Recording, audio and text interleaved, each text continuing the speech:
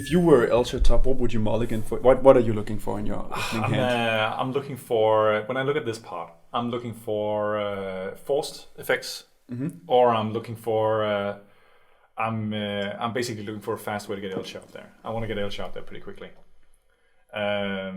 possibly with protection.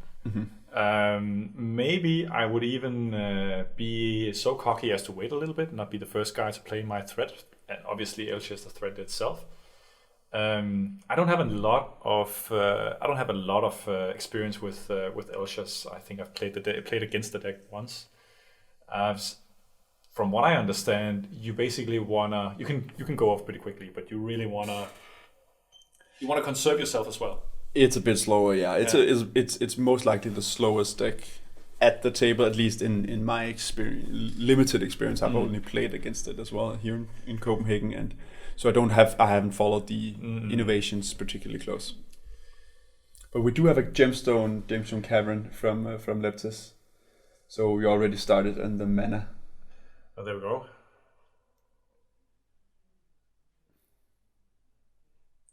And exiling a Thassa's Oracle, which I love. It's cool. We're definitely all in on the manual storm because we just took out one of our win conditions.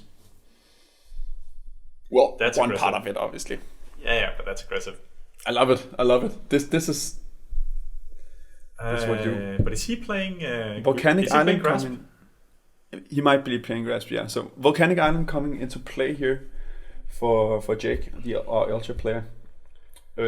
Makes sense to fetch the red and the blue. If you're not playing Dimir, like this is most likely your first fetch. It is 90% of the time. It is, and I can tell you that the Malcolm Timberlake is not playing the Grasp. Okay, so we'll cross our fingers for Meinster side. It's gonna be a manual Meinster side. We want the M&Ms.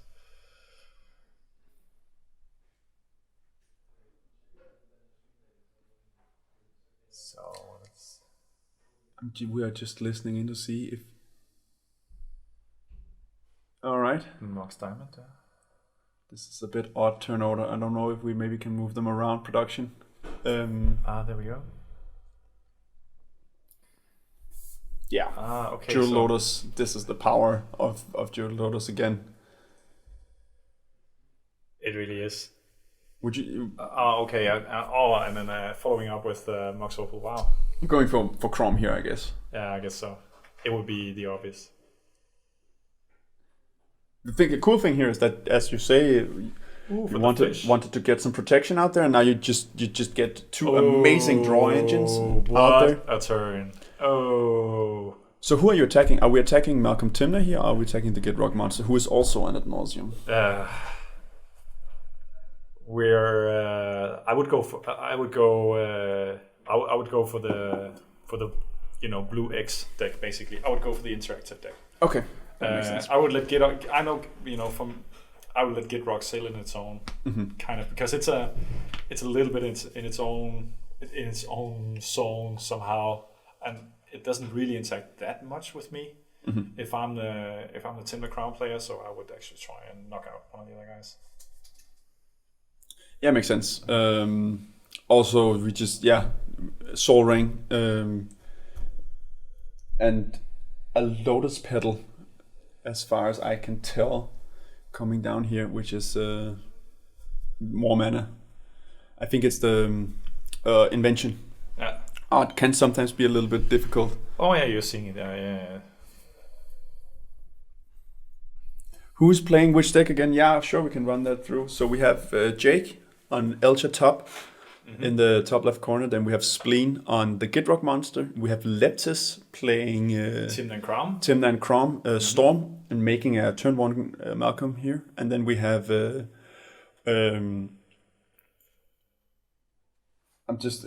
we'll have Jonas is his screen name, but we're on the Opus Thief with a different flavor deck. Exactly. Dr. Jones, yeah. And then Mr. Mount Everest is his on-screen nick in top left corner playing the Elcher top deck. Playing the Elcher top deck, yeah, exactly.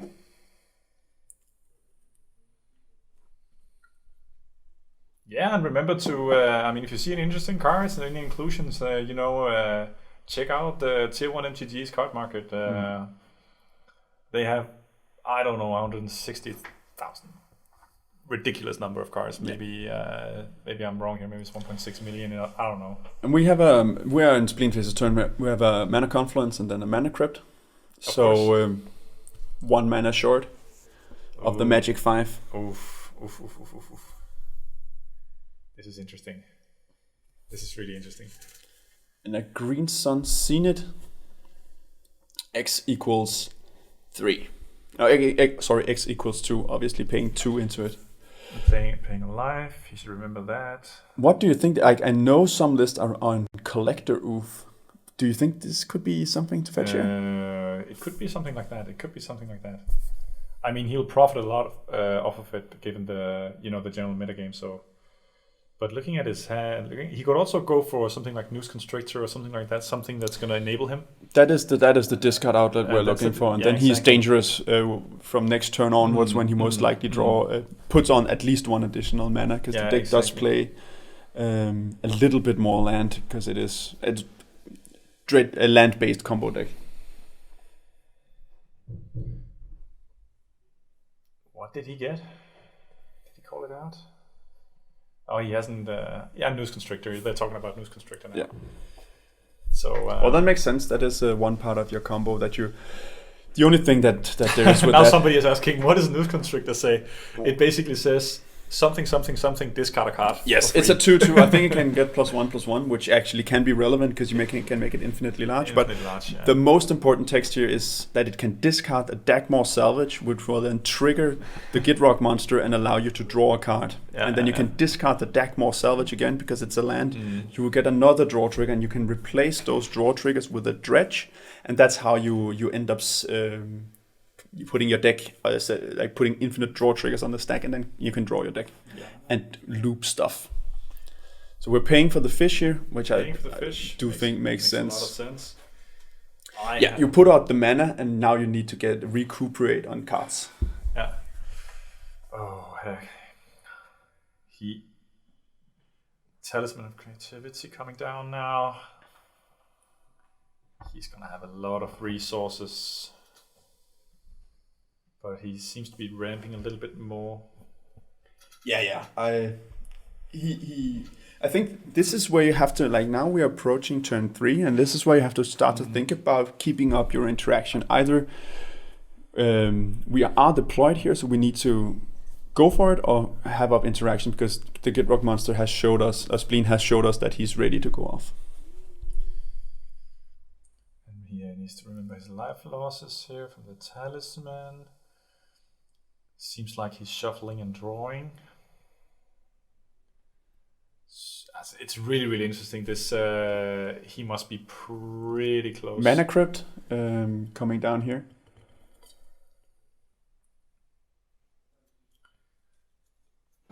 Which he just ripped off the top. So good place to be. Oh, like he didn't need it. He has a lot of resources.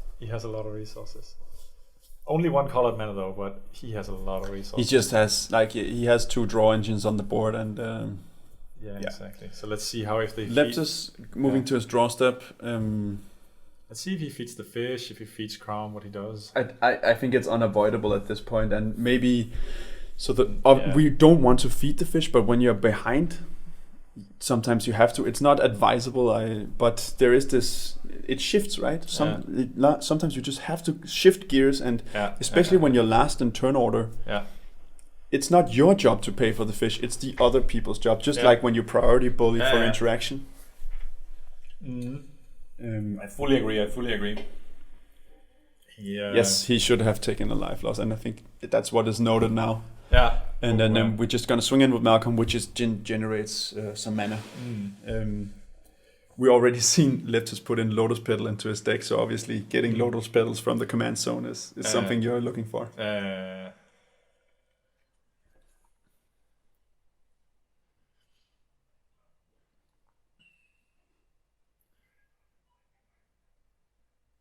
Yeah. Exactly, he could.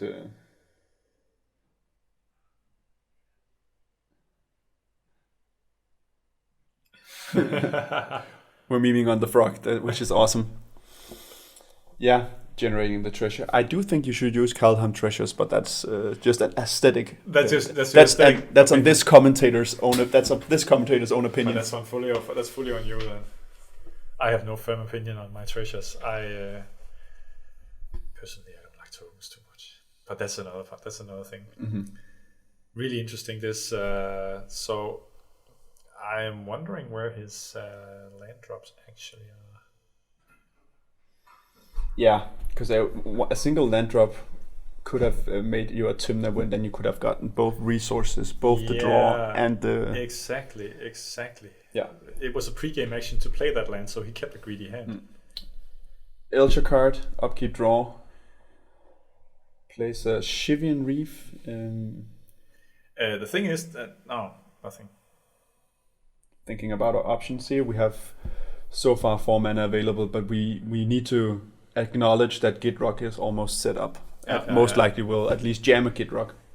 And we're going to Spleen's turn. You're not supposed to not counter Gitrog now. Yeah. You're supposed to know that Gitrog is to be stopped. And that's most likely why we see no spending of mana. No spending of mana, no fishes being fed, no crowns being fed.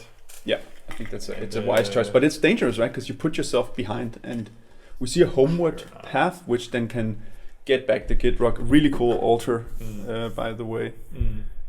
Which can get back the Gitrog if needed. Yeah. Or if it Gilded Drake, of course. The homeward path, the land for turn.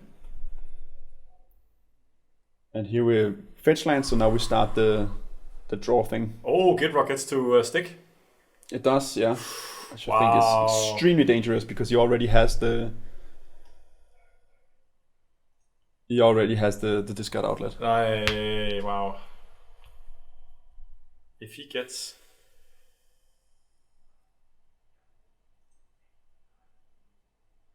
Ooh, Agent flashed.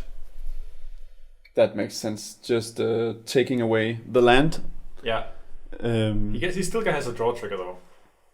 There's a response to the Agent. I think this most likely is firing off a tutor. And another Agent coming. Well, that's one way to stop it, for sure.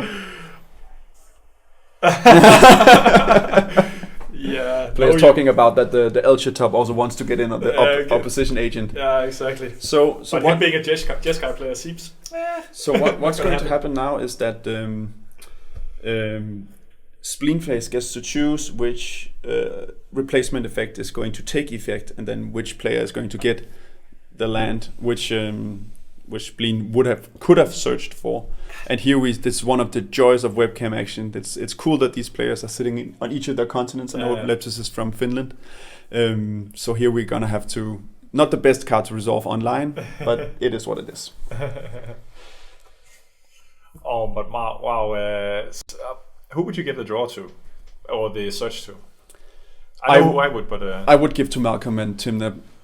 Malcolm and Tymna Leptis, because he's a little bit more behind. I don't think you want the other guy to fetch, and because you can actually, I think, fetch off a plateau if he's playing it based off the white. So obviously you still have to obey the color restrictions of the fetch land.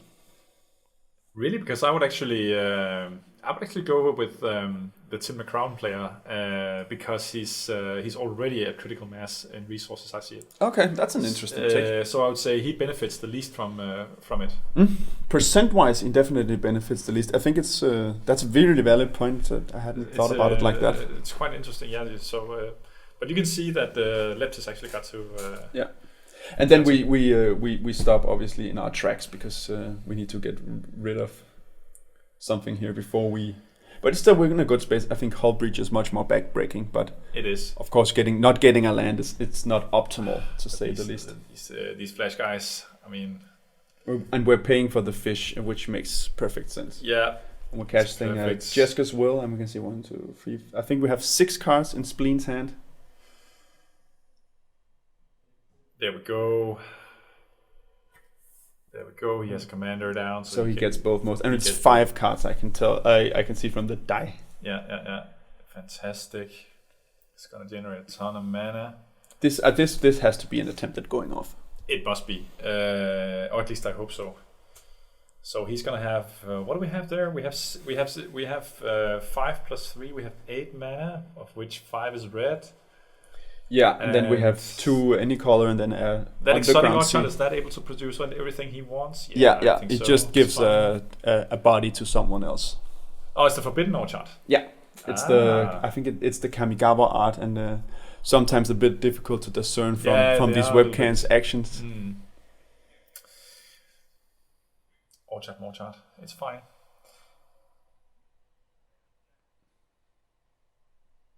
A lot of non-interaction right now. It's resolving, and we're exiling.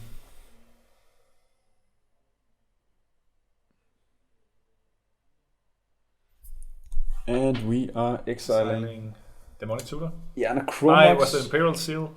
Imperial Seal and a Chromox and a Mystic Confluence. Was it Mystic Confluence, yeah? Yeah. Chromox imprinting the seal, which I think is bold, but... Can he do that? I don't think he can, because it's exiled, so he has to imprint something from his hand. That's at least what the trigger says. Yeah, now they're correcting him. Yeah. Okay. Yeah, so you can't exile to both things, which makes sense. Yeah, that makes a lot of sense. That would have been too much. Still a really great card, like the will cards. This is from a Jeska's will. This is not the worst outcome, I would say. No, I think like you're mainly looking for the mana. This fixes your mana. It could be nice with some draw things, but he has a lot of those resources. I'm surprised that he's not just going for for casting the seal as well. Then he must have the bomb in his hand. Yeah. And then playing so he took back. I changed his mind, and Chromox is gonna stay exiled for now. I am not sure if the list plays like Mox Opal, so you can just play it as a blank colorless artifact. Doesn't do anything, but turns on Metalcraft. Yeah, you can do that, right? Yeah, I can do that. I don't have to respond to the imprint trigger. I have done that in some decks, but it is suboptimal. Yeah. Now we're playing Timner, so now we're drawing all the cards. Now the thing is here with the priority bullying and the interaction, we're really looking at the Opus Thief player to have the interaction.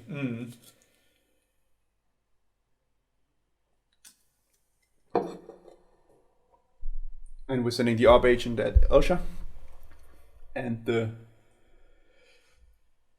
Chrome is coming at Leptis, most likely because he hasn't done the things yet, and he's still on 40 life. Time extension, and your round will start from now on, since you have already determined 2 strikes. Okay. Yeah. So draws 2 cards. Yeah, looking great. But also, it's on him, and the mana is obviously gone. I think hard to see, but I think 2 or 3 mana. That's on the Jeska's will. That's obviously gone since we have gone to combat, and Lepsis has taken the damage. So yeah, that's sometimes something you can miss. Whirlpool is asking what the time is on the rounds. That's a good question.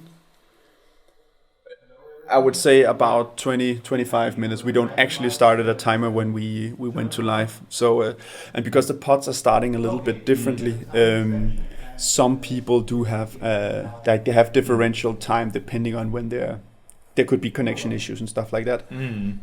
But that's something our TO Mess he's in charge of. Exactly. Well, let's see here.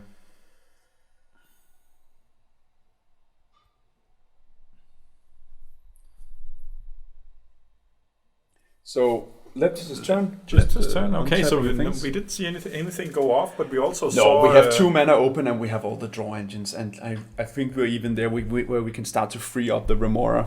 Yeah, exactly. But we also saw that Dr. Jones was very much into keeping whatever he had in his hand there. He wasn't really willing to play that Chromox. No, that's definitely signifies a strong hand. Most likely some interaction and. And 1 or 2 combo, 1 combo piece or something like that. That's a really good call. He's holding on.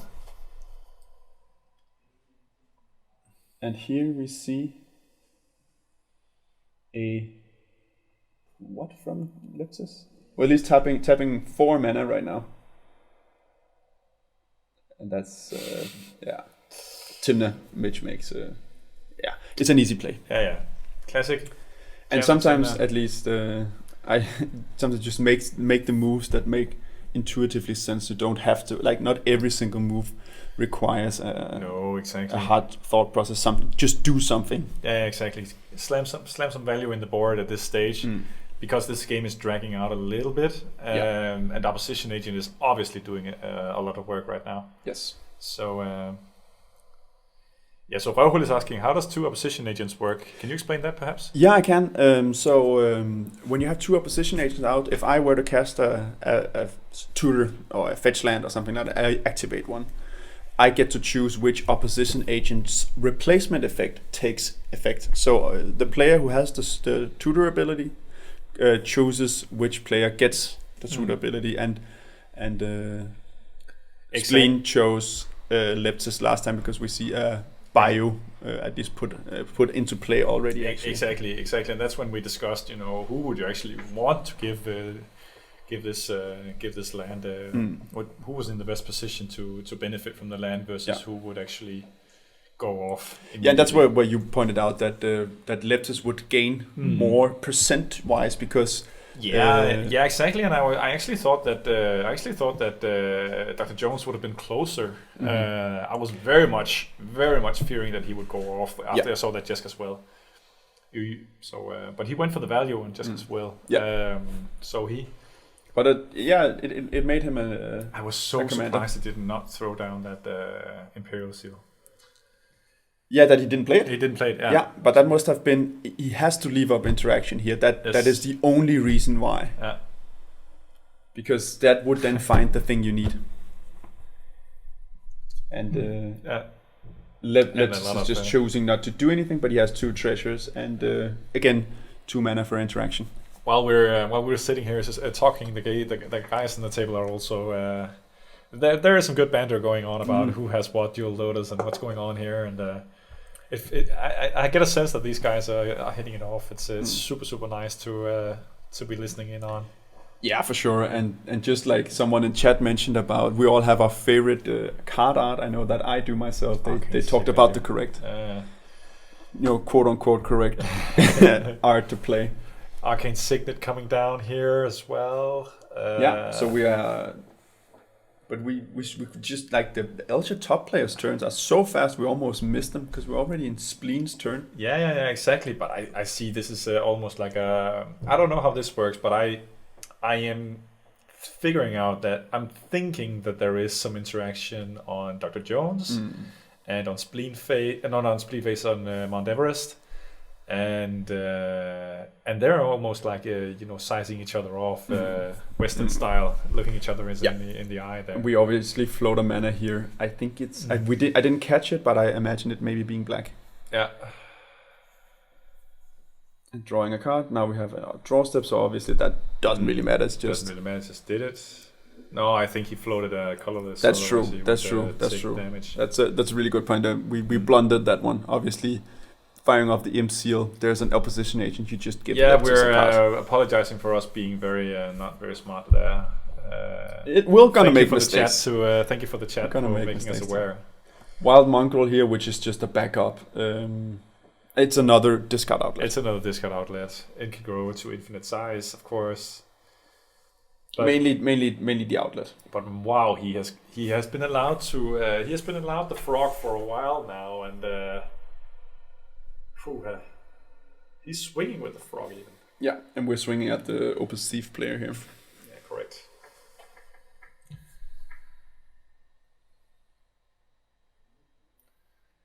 And the fish is going to take. The fish is gone. Go away, which, cards make sense. Yeah. We are in turn 5, right? Yes, I think so.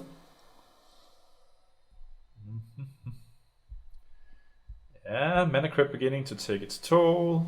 It's good. I mean, if they keep looking at each other if they keep, slow playing their wins and building up, I mean, somebody is going to get low on life total very quickly. and we're already in a position where the Timna Crown players ad nos is not fantastic at the moment. No, it's not really live. It's not drawing any cards. So we're just attacking 2 players here with Timna drawing some, and Chrome drawing some more cards.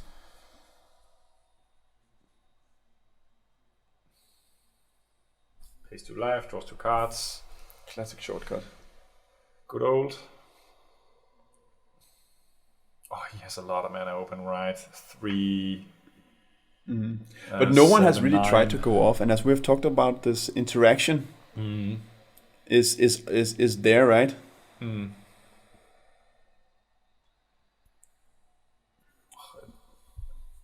now something is going on here.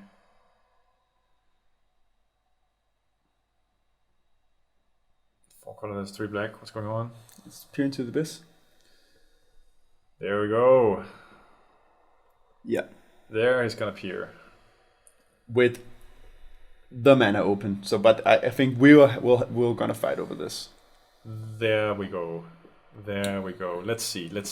Now people need to do something. This is good. Yeah. This So is the good. deflecting swat would have I been see Leptis picking backbreaking. up his hand. Yeah.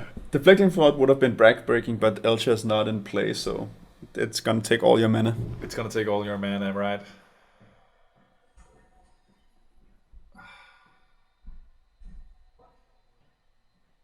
Otherwise, I would actually prefer Force of Negation because it exiles. Yeah, that's true. Quite nice. But but the deflecting swat you can target yourself with the peer. The deflecting sword. Yeah. Obviously, that's different. I'm in my blue mindset.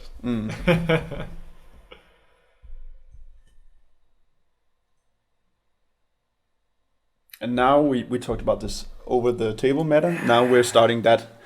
So, of course, there's still some of that going on in CEDH, discussing interaction. I will get a calling the week here, and Malcolm will be sacked. That's interesting. So Leptis might be ad-nosing here. Which is so cool. I really hope that is what is going on.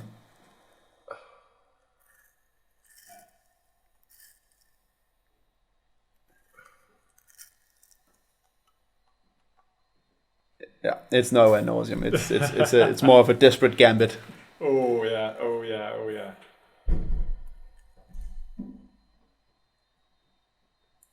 Okay, we're just cycling the color fairies for the interaction. Okay, so it was just This is straight up the. Now we're in the tank. This is the big red button has been pushed and the panic room But is lighting up. We've seen a top deck, the mana crit before, right? So let's see what he gets. And we have passed the priority at least, so let's hope it's a bullying thing. But here we have a force of will targeting the peer, but there is we spent a pyroblast just to. Of course, we fight for this this peer. Of course he does, with everything he's got, and he's supposed to have resources. I mean, He's supposed to be able to take this. Mental misstep targeting the pyroblast from Leptis. Okay. So that is, sometimes even if you can't get the interaction that counters the threat, you can get a hide like a pyroblast or red elemental blast or a protective counterspell like this spell that then targets the counter backup. This is magic off the stack. This is really nice. Yeah.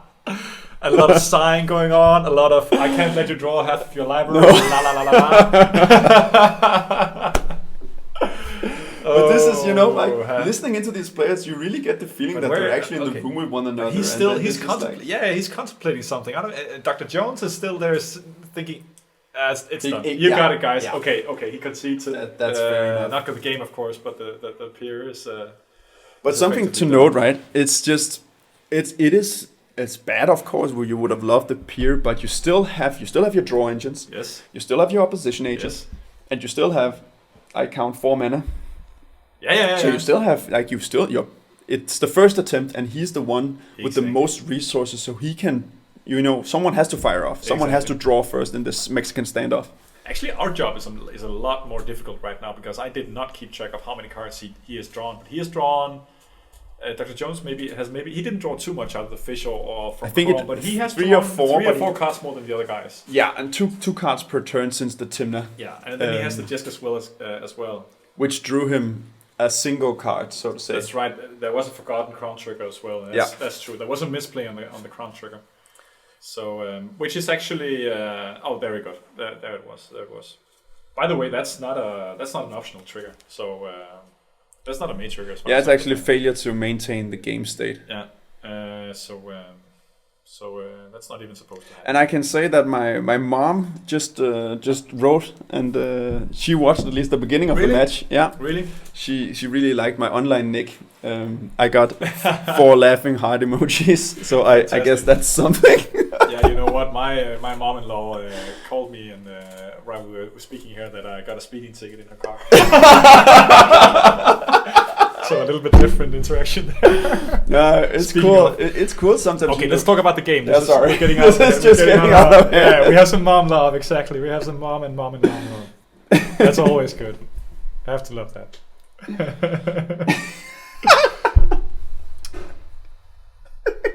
Leptis is playing Ireland here.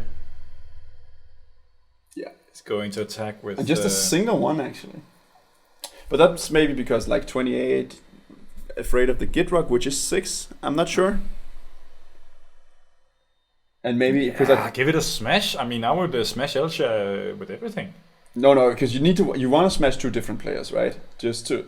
The opposition agent, I think he's thinking about putting his opposition agent in the face of the Opus Thief player. Yeah, but exactly. But that he's not going to gain that, and he's not going to gain the draw. It's simply just to get the 3 extra damage in there. I would do it just to do that, and get another trigger, right? Because if you swing the Timna, but he's not. That's what I'm saying is that when I look around this table, he's not going to get the second trigger.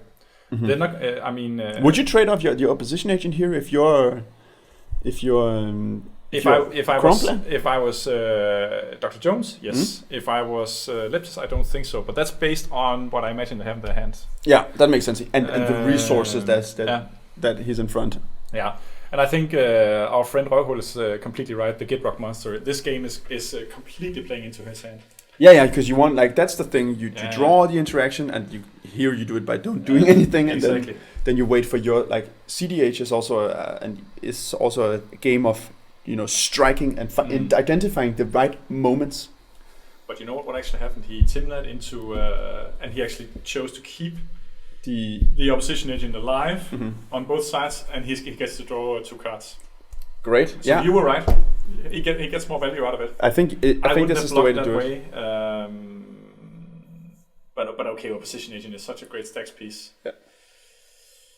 Maybe I was just wrong. Maybe I was just playing wrong because you want to stop. For instance, if the Gitrock player gets his crop rotation going, I think it's also just like you have to do something. Everyone else is just like Elsha hasn't been doing much, been keeping up a lot of mana. You have to do something, and you have to develop. You're not winning if you don't take chances. Actually, I must say that I will retract my previous statement and say that, of course, everybody should keep their opposition agents alive here. It's really too dangerous. That Gitrock player is... I'm really looking at that board and thinking, what the hell? Mm-hmm. How can that board still be... How can he still have 2 discard outlets there?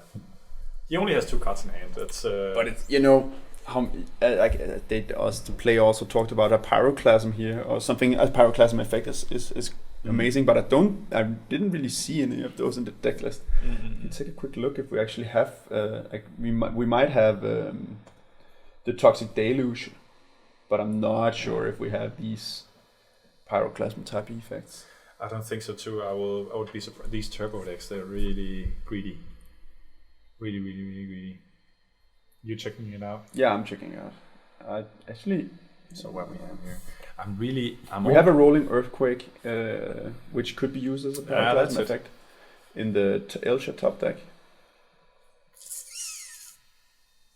And we have... Here we go. Lotus. We have Jewel Lotus and... here we go. Malcolm is back on the table. Yeah. We don't really have any... Okay, Leptis gearing up the board here. Really, really, really interesting.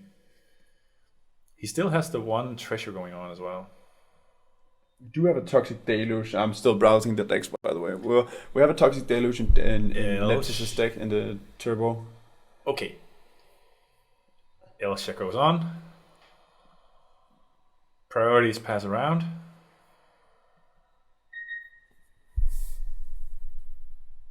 Yeah, we might be a little bit behind the stream, and we know that.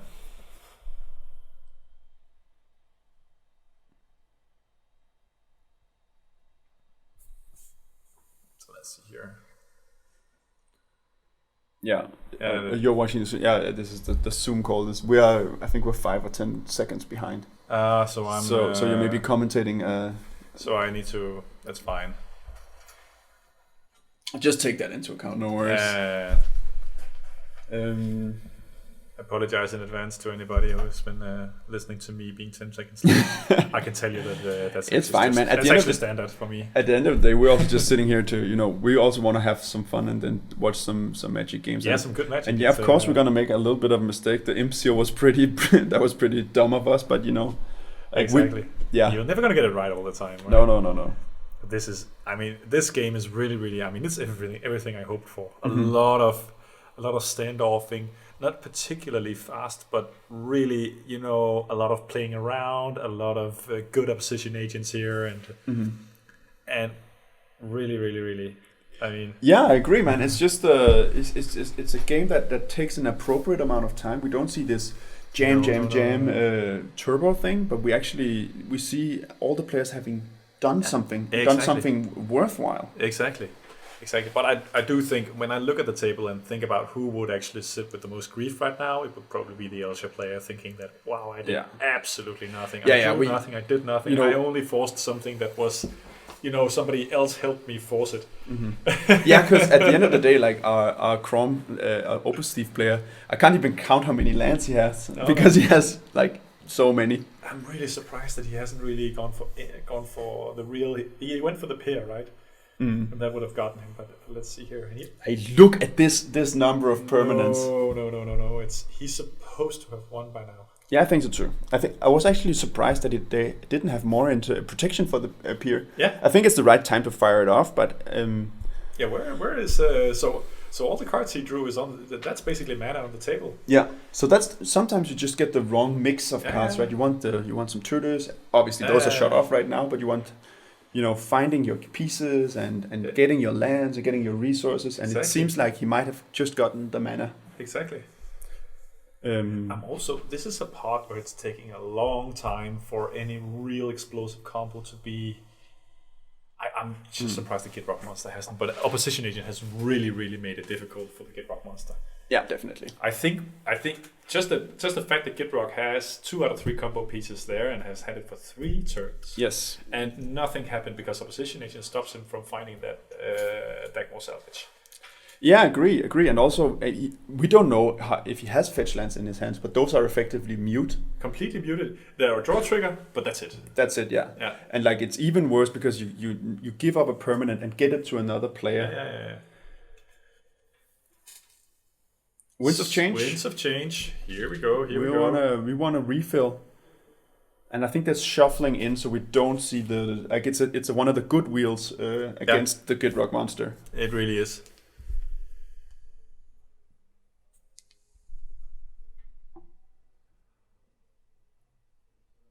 Yeah, it's about the priority, the whole breacher, like doing the actual combo of the thief. Yeah. He's not holding priority, so it's not.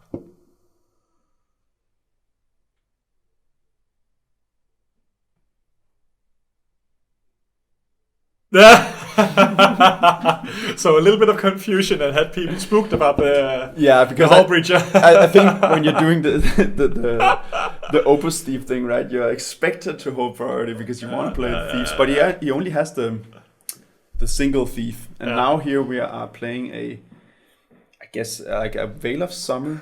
Did we have a spell here? doesn't maybe we don't get a draw, but because it gets shuffled away, we just protect our board from stuff. Oh, this is interesting.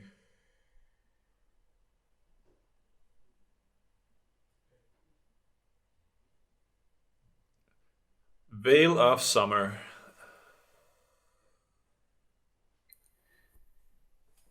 Oh yeah. So Dr. Jones is showing a deflecting swat, which might be a problem, but if he could change the veil, but it says you, so that's not really an option. Yeah. Oh.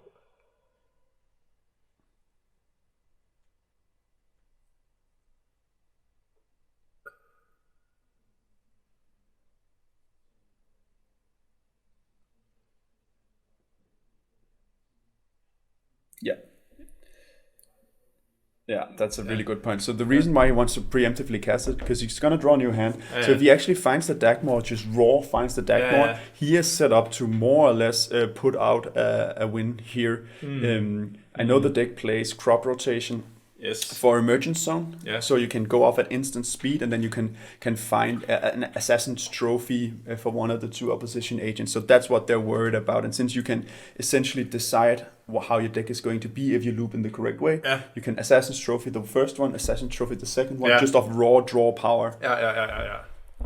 And I guess that's also why we're firing off the Tainted Pact here. Which I guess is a Dagmor title. Of course, you have to have it in the correct order. You have to have some outlet, and especially your Titan has to be below. But I'm not sure if it is. So some lists I know play double Titan, so they play both Ulamog and Call. He plays a single Titan. A single Titan, okay. He's a single Titan build. Okay. Because I know they have shuffled back and forth around, and I think the conventional thinking is that the two Titan lists is a little bit faster because you're more aggressive. He actually plays two.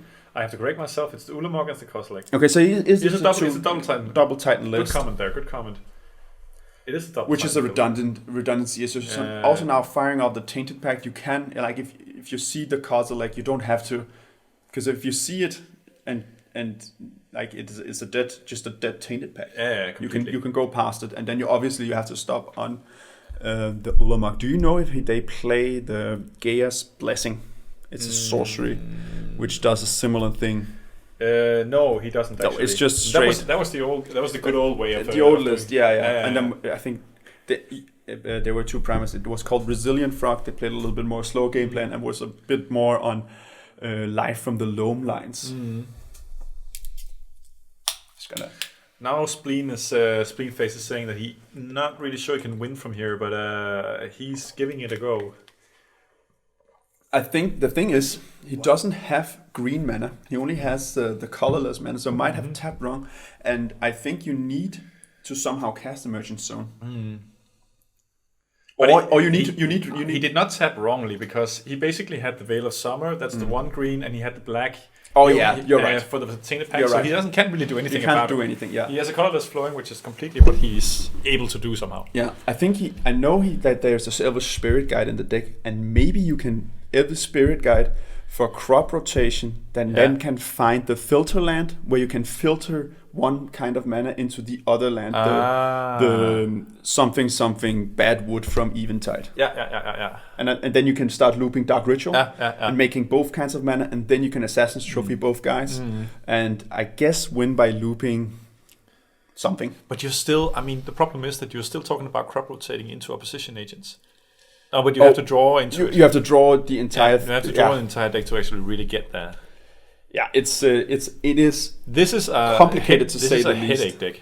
Yeah, not a deck. A deck I admire, but I'm not super proficient. This is some of the lines that I know can come about from this deck, and we're going pretty deep here on the Tainted Pact. Calling the Weak, another Tainted Pact type of effect. I haven't seen anything super bad here. Yet, and I think we wanna, find the deck. I guess you're hard moding for Dagmor. There's what's the Ulcerate and the Finale, which is one of the win conditions. I know. By looping Deathrite Shaman. There's the first Titan. First Titan, yeah.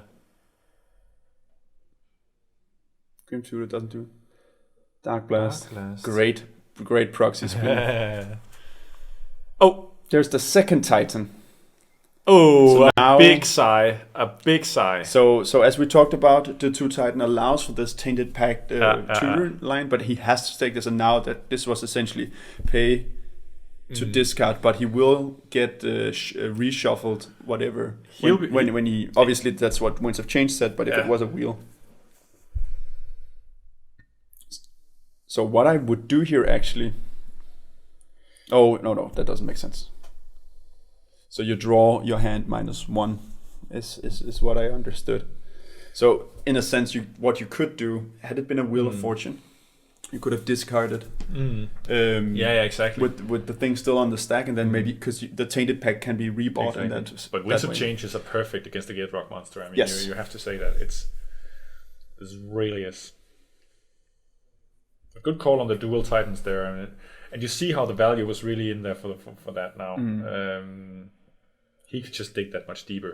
Yeah, for sure. This is just a hard stop, and that sometimes with the Tainted Pacts, and I think we have all lost to a consultation where we don't want to exile a deck. We just want to find a. Typically, it's a Force of Will or Pact of Negation. It's in the top 6, and that's just the game. That's just the game, yeah. So it is what it is. I still believe that Dr. Jones is in a great situation. Lots of mana and a fresh set of cards. Fresh set of cards, right? And I didn't even get how much he would draw, which is. I think we are looking at 3 or 4. 3 to 4 cards. Hand sizes are not. And that's obviously the thing about Winds of Change, right? You only get what you had. So. Yeah. You get 1 minus as far as I understand exactly. it. So yeah, but that's the one you play. Oh yeah. So correct. Because you play Winds of Change, and that's the one. But now we have a Dagmar. Ooh. And he's gonna discard it. Which is it's up to Leptis. pretty bad. It's up to Leptis. Pretty bad. This is the hey Joe, nice to see you. This is the we're Spleen, Leptis, Dr. Jones, and Mr. Everest duking it out here, and essentially we are in Dr. Jones's turn. He just resolved the Winds of Change, and Spleenface drew the Dagmar of the wheel. Exactly. And we still have a Titan inside. Exactly. There's a question in the chat exactly about that. So what was he looking for? He was looking for Dagmar Salvage. He was looking for Dagmar Salvage for sure. Yeah. And now he found it naturally in a sense. So but we still have the issue also, as chat mentions, that we have we have to filter our mana. Because we have a colorless mana here. This is. I'm just gonna listen in if they're gonna explain it, because I think he needs you to demonstrate at least the mana loop, in my opinion. Yep. Well, so what we're arguing is that you can shortcut it, and you can just draw the entire deck here of the lands. Each time he mills a land, a draw trigger goes on the stack. But the thing. Oh, there we go. 2 lands in the grave. Yeah, there we go. Yeah, that's my line too, Joe. Exactly. That's exactly what we talked about before you joined the stream. But we still need to get rid of the 2 opposition agents that are in play from Leptis and Dr. Jones. Yeah. So there's some things going on, and can't get the filter land yet. We still have to get rid of those first. So I think Trophy you can. Is in the grave now, so you can make green obviously with the Spirit Guide.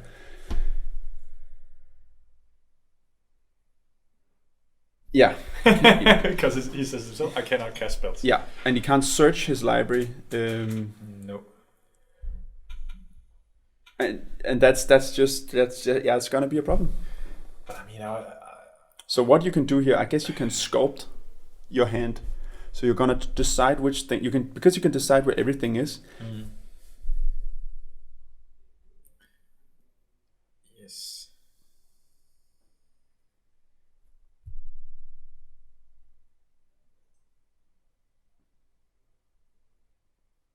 Yeah, so they're discussing the mana thing. Oh, yes, the mana thing.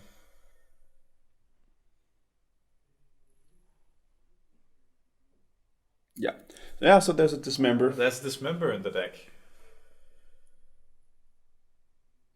So and you would need to cast he's- Dismember twice. Yeah, he's since not there's even only- considering. He's not even considering the Assassin's Trophy. He's considering the Dismember. Yeah, but because you can cast that off the colors, and I think that in this particular situation, that's why you put it in. But you only have 1 mana available, so you can obviously get that single mana with the ESG. But then, where you go from there? Because you need to remote both. But if you only had one, you could win through the crop rotation line. Exactly.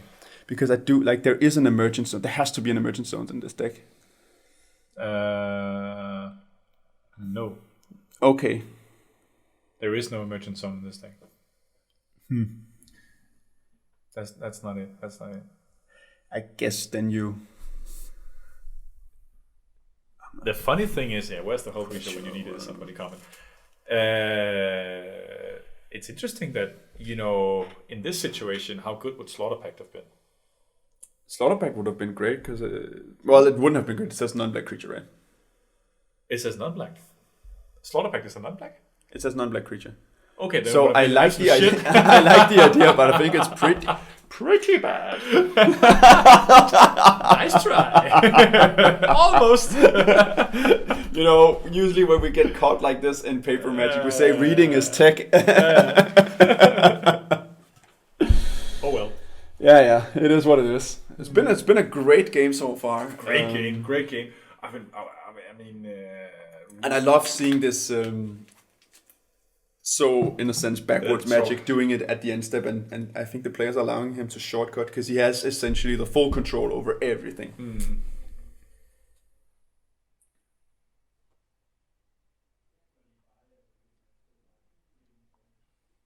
Yeah, now they're talking about just letting him shortcut until he almost only has Kozilek. Yeah, so what you're looking for is the state that's called Kozilek, because there's something about deterministic loops here. That's why it's almost a PhD thesis. Then if you have the state that is a land and Kozilek, and then you discard another thing, then you can, because you can deterministically put 3 draw triggers on the stack, you can loop all the stuff.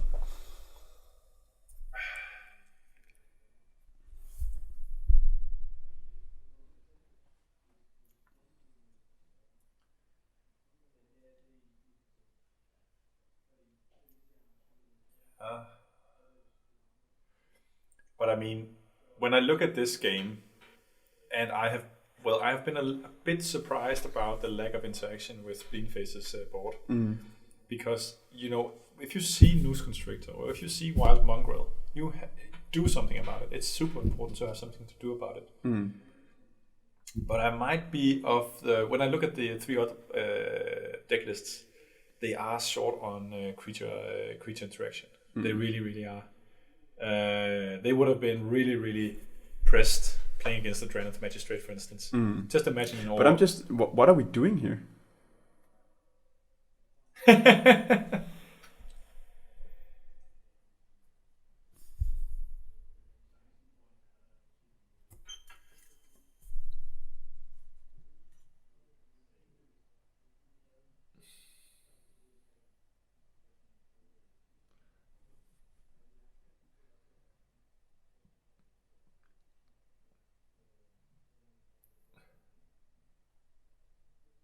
Yeah, what now? He has a slapper in his hand. Okay, so they were just making sure that he could have it. Exactly. So, but what now? This was demonstrating the Kozilek's state. And the one thing that I think Leptis wrote is one of the main authors of the initial primer. So maybe he was just checking Spleenface's math here. But I don't think he can do anything. Spleenface is still saying that it's not really a lot. No, it's not, because as I think Koliko also mentioned in the chat, there's a silence I think that we missed, but at least a silence in the main phase, and now we're just shipping the turn. So here he has his library in his hand, but it's not really dangerous because he can always control just discarded Kozilek, and essentially if you stack too many draw triggers with the Git Rock monster, you can just keep discarding the Kozilek one draw trigger at a time, demonstrate that loop, and then get rid of all the draw triggers.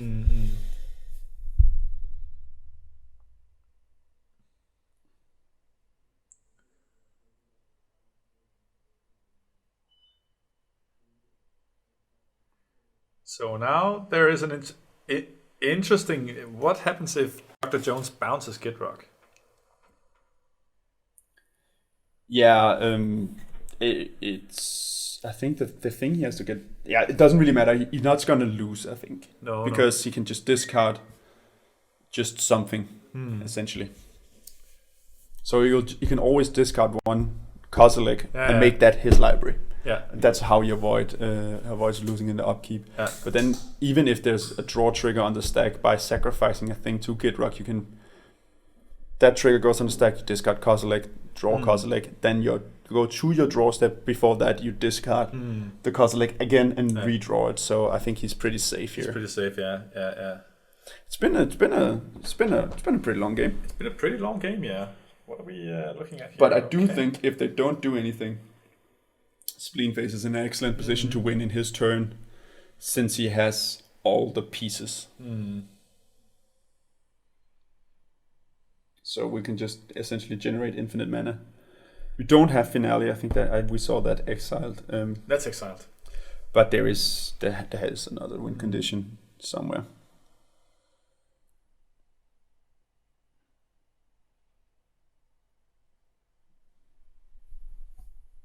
I'm really surprised Dr. Jones is still not able to piece together a win.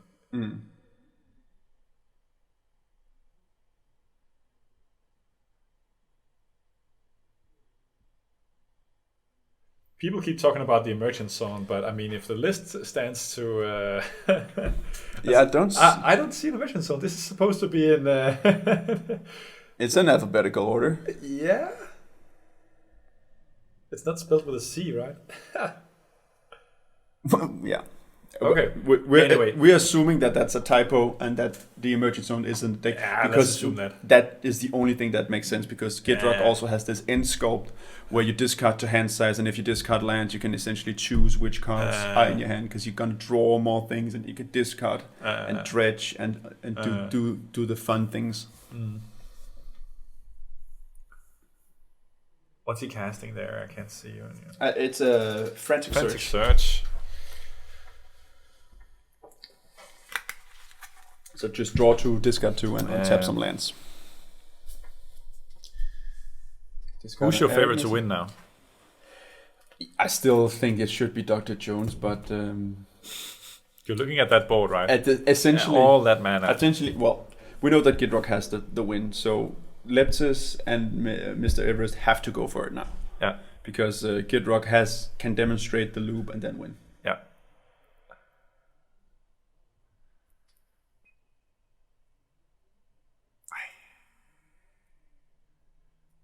Playing a brainstorm here. Yeah.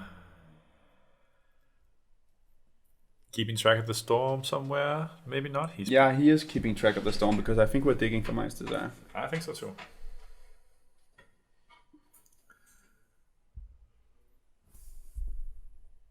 Ha ha ha.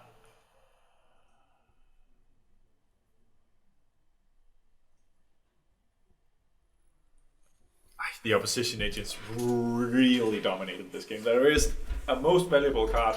It has to be opposition. It has to be opposition. And actually, I would say it's the second opposition agent. It's the Leptis' opposition agent, which was cast as well.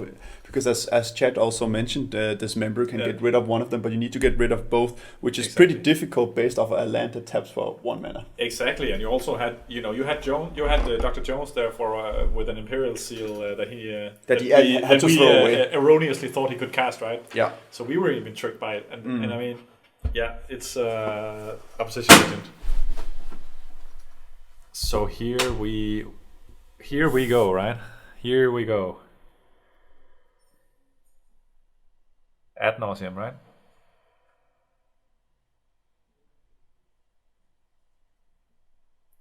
Yeah. Mr. Everest has 2 cards in his hand, which are lands. He just revealed the information. And yes, it's an altered ad nauseum put on the stack, and the players are discussing whether to silence that or not, which makes a lot of sense. Yeah. Since the storm is, I think, 4. Yeah.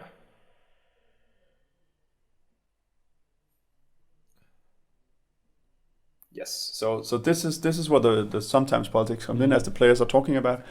If he had Norse's here, sure he can. It's not an infinite large amount of life, but he has to then dig for interaction and can't go for the win. So I think silence here is a good call. Exactly. Gitrog is such a threat right now, and Yeah. Like even if you put your win out there, if they don't interact with it, and Gitrog is extremely hard to interact with. Like when you get to this stage, it's really really difficult because you can do everything at instant speed. he can do anything in instant speed, and And a really cool altar. I know you collect altars as well. I love it. I really love the border extension of the Ad Nauseam, and I'm really but also the timber there is not too bad, right? It's not too shabby. Really crossing my fingers that in the time spiral set that we get Ad Nauseam in the old frame. Ooh, you like? I like the old frame. Yeah, that's cool. Not so bad. But this is so they're discussing what to do about the frog. Yeah, I think you have to cast the silence here, or else you at least have to let him just to change the trajectory of the Ad Nauseam. Exactly.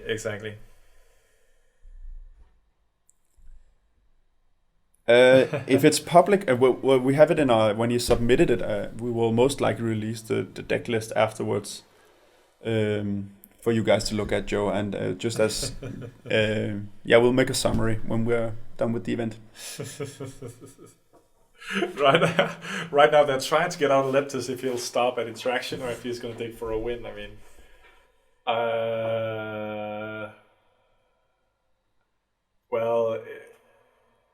what do you think Leptis is going to do if he sees a win? Maybe I can also frame it like that.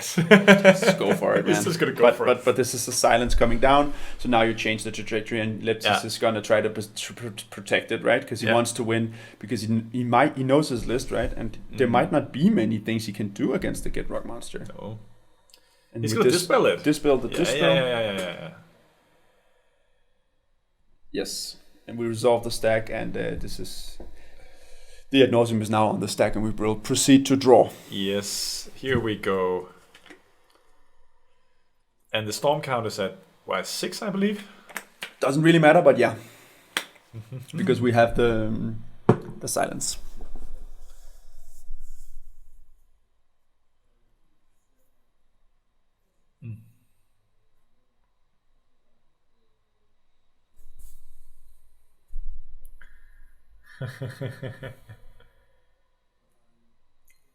All right, we're gonna go ahead and resolve Ad Nauseam. Yeah, exactly.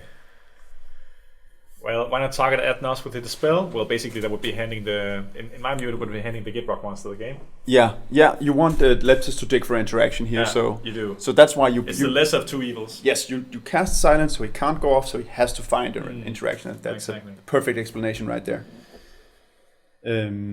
What's he getting there? It's on your screen. Oh yeah, sure. Sorry. I think we have taken 2. This is the last card is a bit difficult for me to see, but there was a mystical. There's a miscast here. And a miscast, yeah. That's not good enough because you can just reloop the deck. No.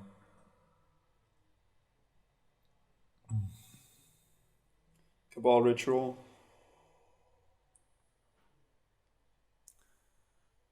Demonic Tutor. Peer into the abyss. Pure Dirty Abyss. That sucks. That really sucks. And there is 10 minutes left on the round. I understand now. So. Yeah, Joe, we're wondering about that too, and we're wondering why Emergent Storm is not in the list and Finale is out. So maybe the players are not aware of this because quite some time has passed. But yeah, we know that they can make at least 2 infinitely large, I guess, creatures. One thing that the guys should have done actually, or you could argue that would have been a nice thing to do, was for Spleen to show his entire library before he put it into his hand. Because you would imagine that it all goes into the graveyard anyway. Because I guess. Because he's going to do that an infinite amount of times, which means that all of his cards are at some point going to be in the graveyard. Which means that everybody should have seen his entire hand. So everybody should know exactly the cards he should have had in hand. There should be no doubt. There's no doubt about what Spleen has in hand. So that's actually a thing that it's not. It shouldn't.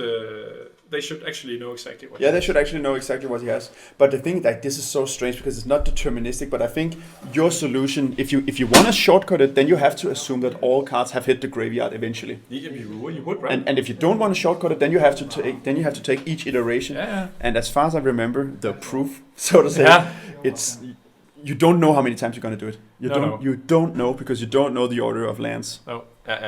So it's a specific order of lands and Kozileks that you need to. Yes, exactly.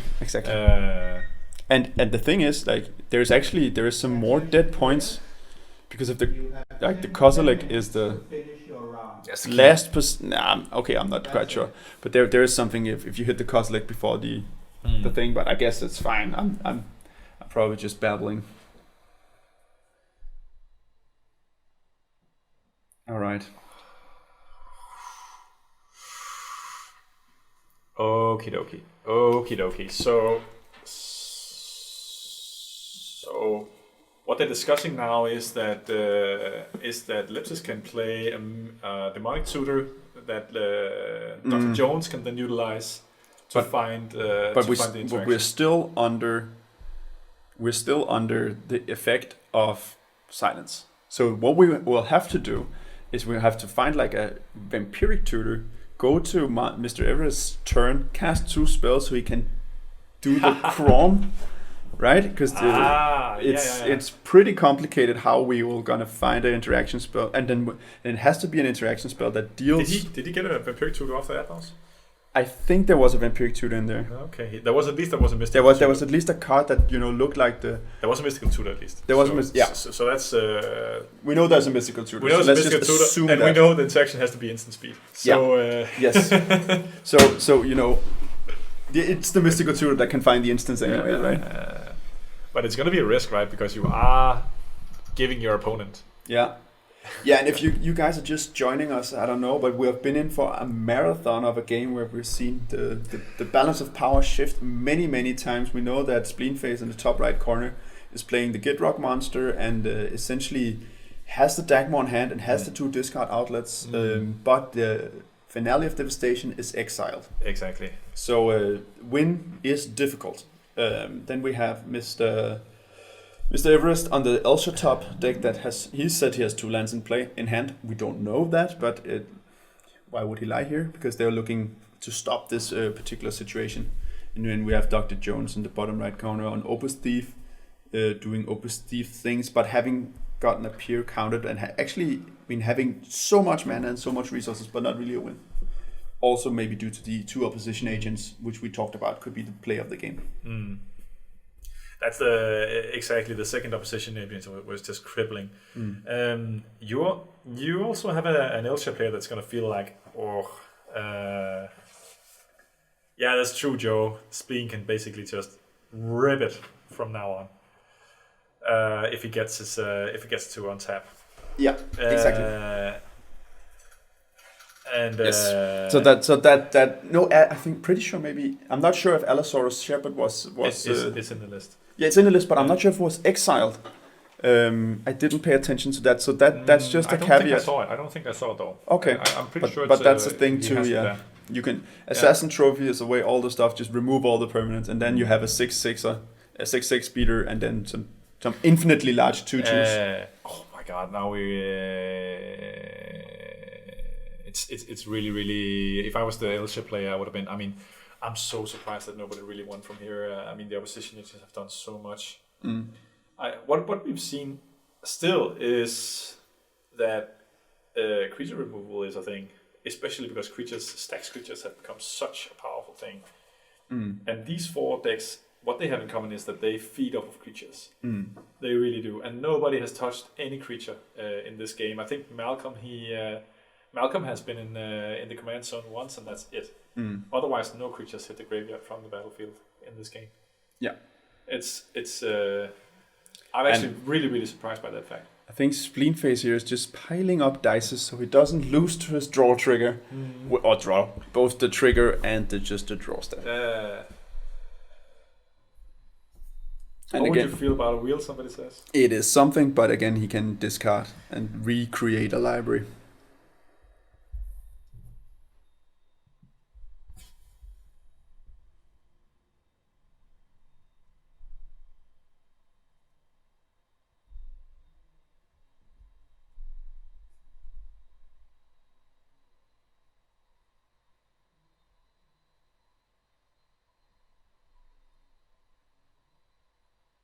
Now they're discussing how he'll re-get his library in his hand from a wheel. Yeah, the thing is you can essentially discard. He can just keep doing it. Yeah, you can discard, like there's 7 of these cards that are not lands. Discard those, re-get it. And even if he discards his hand, he'll have a lot of draw triggers that go on the stack, and he can respond to those with the Kozilek. We were in for a marathon here.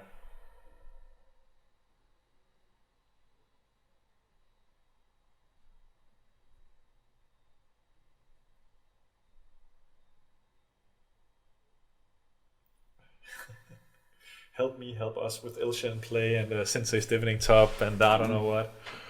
It's such a nice. What's with time too then? Just they had 10-minute warning 5 minutes ago or something like that.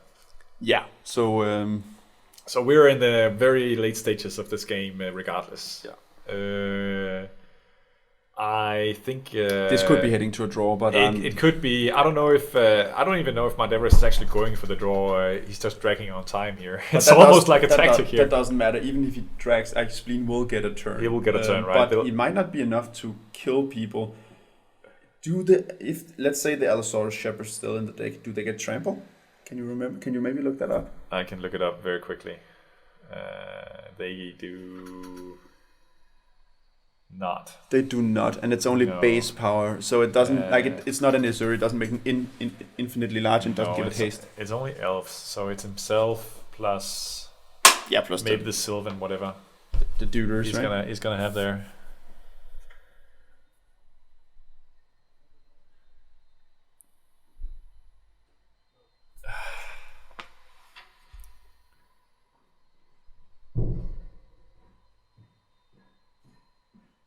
I'm still surprised that this game drew out for so long. Actually, you look at the lists and wow. This is why Winds of Rebuke is such a good card.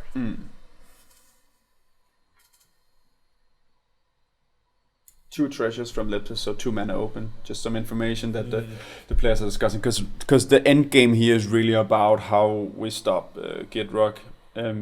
Even if we, at least in the commentator booth as well, are a little bit unsure how he wins without Finale, especially if there's only a single turn. Obviously, there was the Assassin's Trophy, so I think that's the line. And again, we looked mainly at the Titans.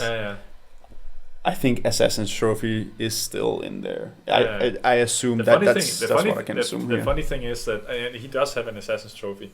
The funny thing is that there is actually a deck here that plays 10 basic lands. So that's the Malcolm Timnah deck. So that deck is actually going to get a fair amount of lands. But the other guys are not gonna see anything, basically. No, but then again, you at the end of the day, when you loop Assassin's Trophy, then you just you shoot the same thing until there's no basic lands, and then you start shooting them again.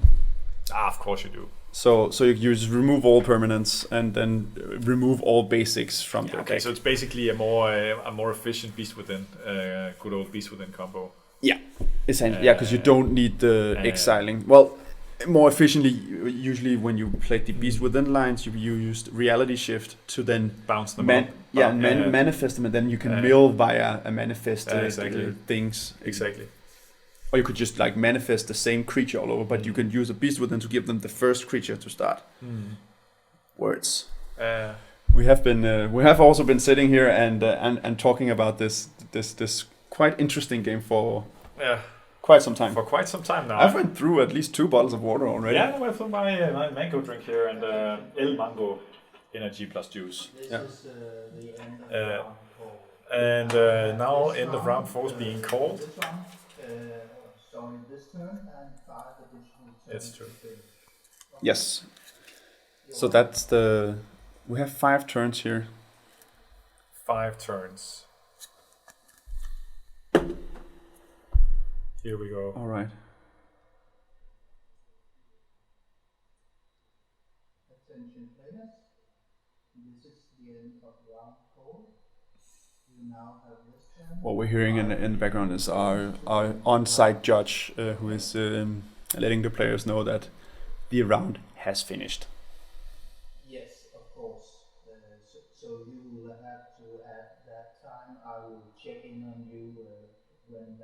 attention time is due. So just do what you can.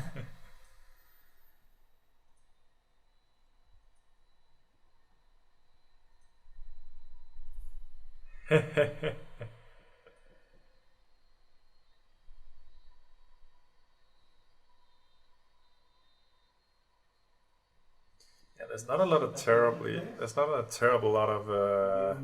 I think you're also maybe running out of. No, I'm fine. No, you're fine. Oh, I'm fine like that. What are you thinking? Right, like. Okay. We're at a stage where spleen just needs to show it. We need spleen to show something here. This turn is finished, and then you have 5. So the thing is, turns. he can.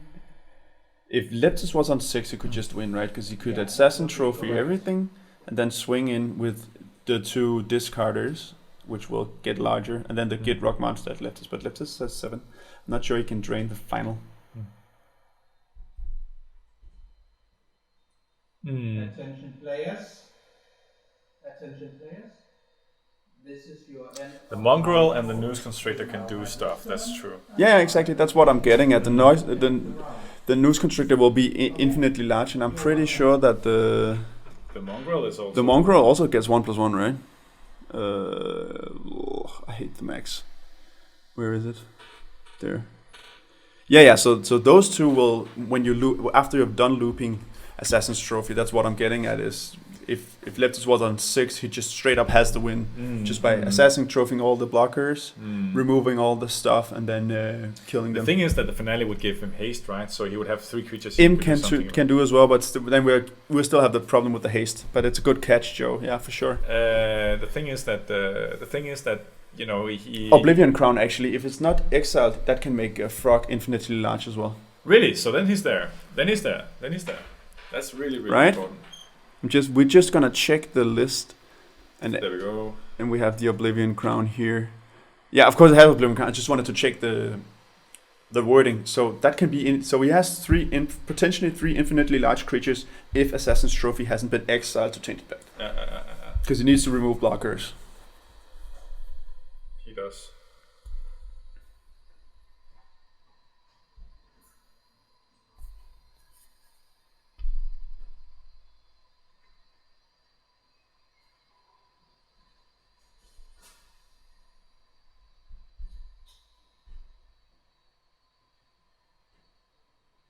We're entering. It's happening. Just put on both, just so I can actually hear what they're saying, because this is the math part.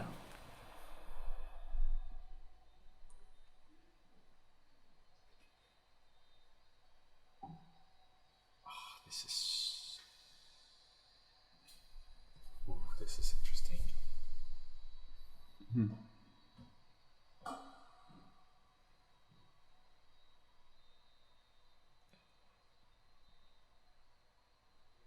It's cool that he's playing it with a Leptis who has played a lot of this deck, so it's kind of like, you come up to your professor and do your homework live on stage. Yeah.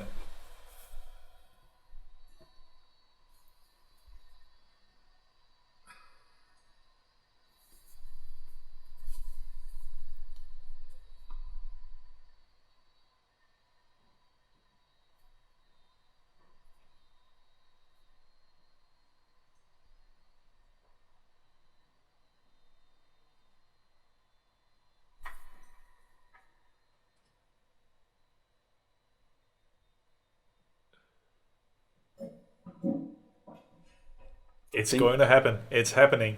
I think he's trying to put the lands in the graveyard, but that's also that's no problem, because you can get an infinite amount of draw triggers on the stack, discard all the lands, put an infinite amount plus the number of lands, and then just discard Kozilek every time, and then so your library is only Kozilek, draw Kozilek, discard, draw, discard, and that's how you empty all the draw triggers from the stack. So he has control over the things.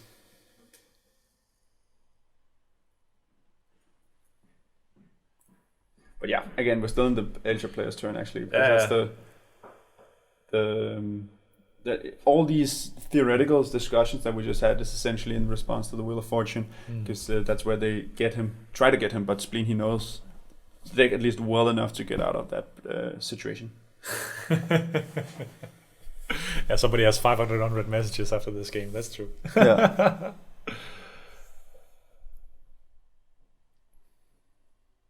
And then the Wheel of Fortune goes off.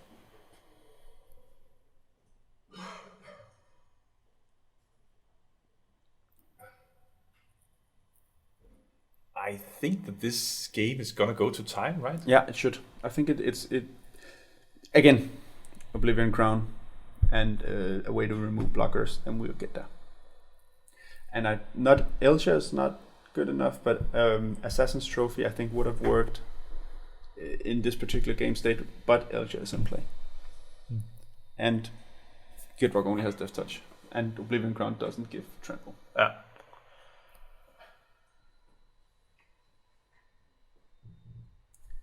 There's also Dismember, so the Assassin's Trophy might not be needed because the Dismember can remove the blockers. Yeah. And we know that we can see the Dark Ritual at the bottom of the pile, so there should be mana to cast it.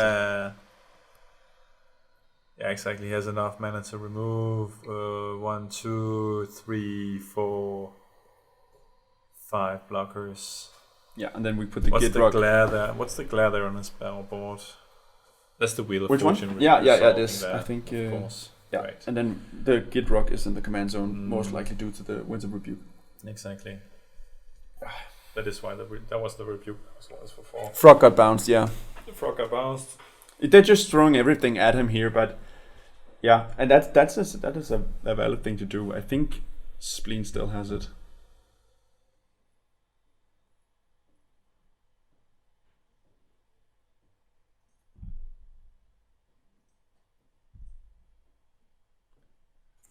Okay. Wow.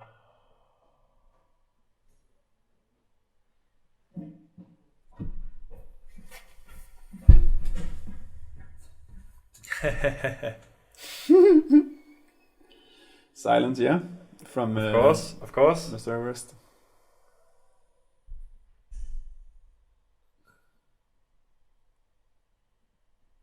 Yeah, exactly. If you're casting Silence, You are going to win. or you're gonna prevent a win. That's the only two modes of that card.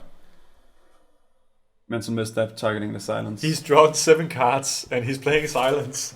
And you have a Mental Misstep in hand. And then Red Blast. And Red Blast? Power Blast? Yeah, sorry. Power Blast. No. Power Blast. I said Red Blast too, don't worry. I think it's Pyro, but at least targeting the Mental Misstep. It's the Pyro. And here we have a Force of Will. He has Force of Will as well. Everybody just saw that.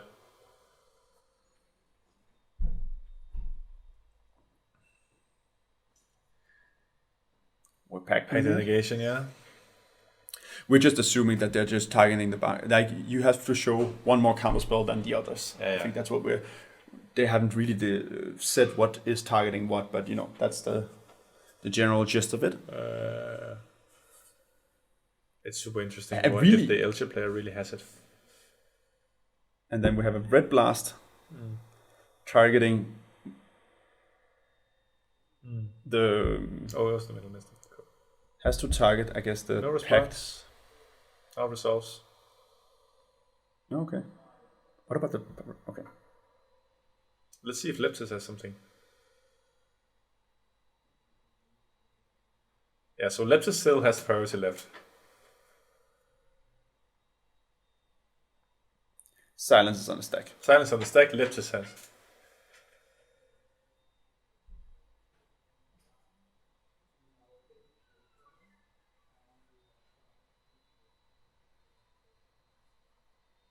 And one turn has just taken 20 minutes.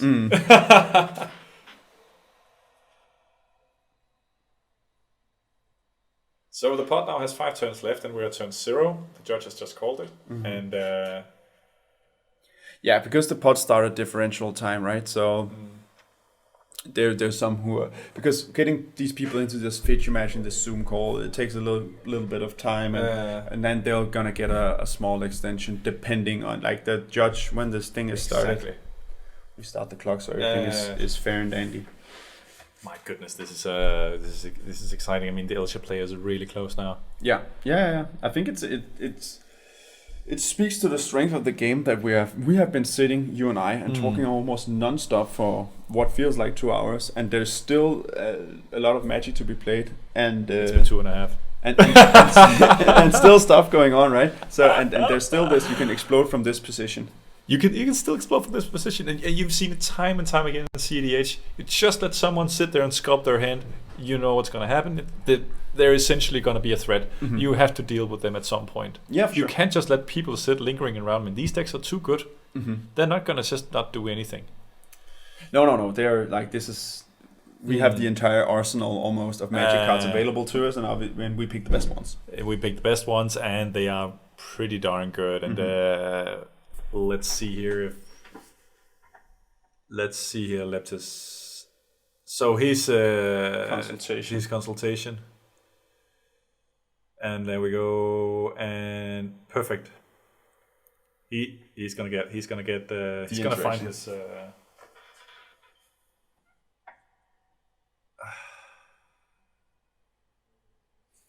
Demonic consultation into. I think Force of Negation. Yeah. I'm hearing, but at least it's a protective counterspell, which is it's a force castable, effect. right? It's going to be a force effect. He has the option for Force of Negation as well. There was a Force of Will. There was a Pact. So, there it was. The Force of Negation. Force of Negation.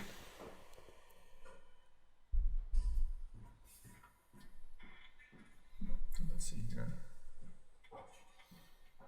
All right. There's actually a really cool ruling here that I didn't know about. Doesn't really doesn't change too much, but the thing is that as Joe puts it, that if you don't specify the target, it targets the thing closest to Super the top. nice. Thank you for Joe, that. For I the didn't. insight. I didn't know. You learn something new every day. But we're pitching. I think it's the fish to the force, targeting the silence, which then resolves and gets exiled. But maybe like you actually bled so many counterspells that there is an option of just going for it now. Yeah, exactly. So the silence did kind of its job in an indirect way, because at essentially you bled so many things that it had the effect you looked for if he has the top and a cost Spleen reducer. must be looking at this and thinking, pretty nice. Yeah. Especially if he has a way of generating 7 mana, then he's going to be very happy. Yeah.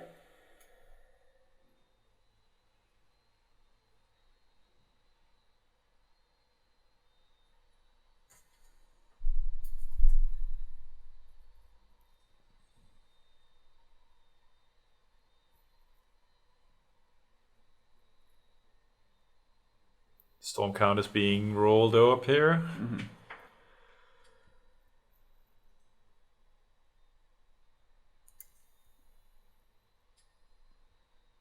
Storm 16. Storm 16.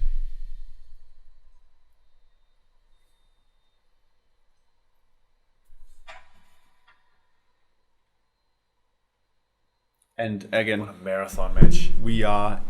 time has been called, so 5 turns left to complete. But we've still been in this turn for... We've been in this turn for 45 minutes. Yeah.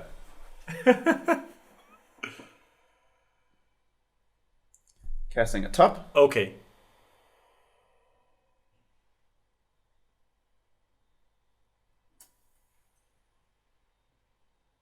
Drawing a card here. 17. 17 storm count, Sensei's on the top. I still think we need a cost reducer here. Cost reducer, exactly. We have one more colorless, and then we have, I think it's a crypt, but at least like 2 or 3 more mana in unspent artifacts.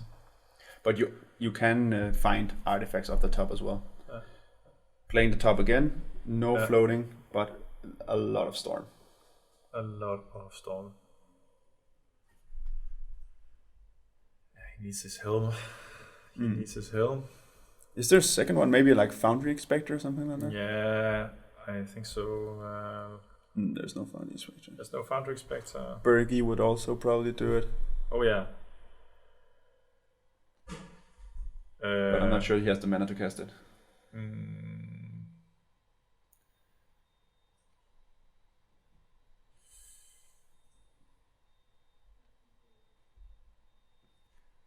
I think he would wish he had a fishbowl now, right?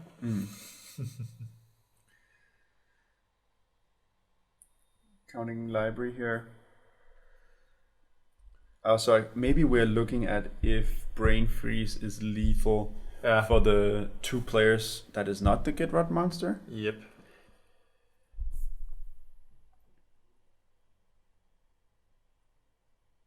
And Spleen has the Kozilek in hand. Yeah.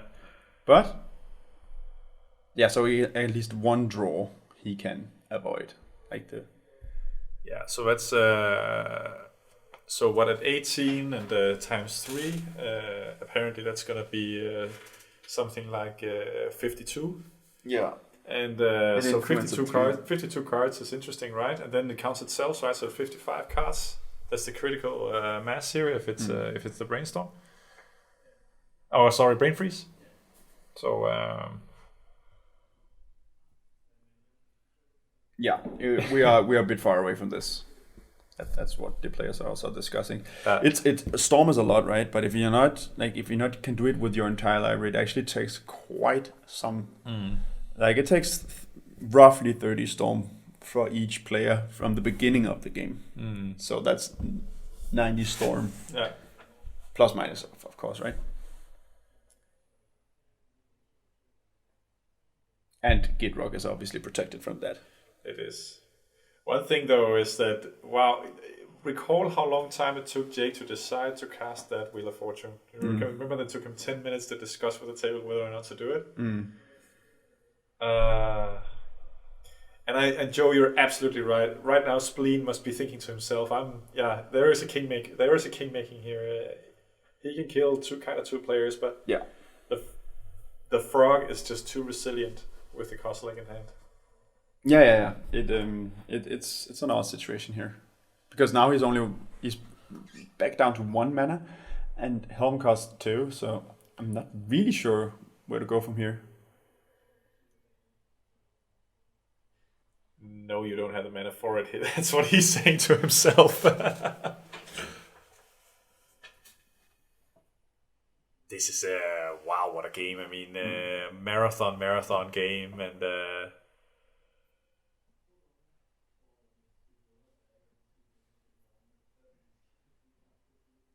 Rite of Flame. 2 so reds floating, 2 more draws. but no more artifacts.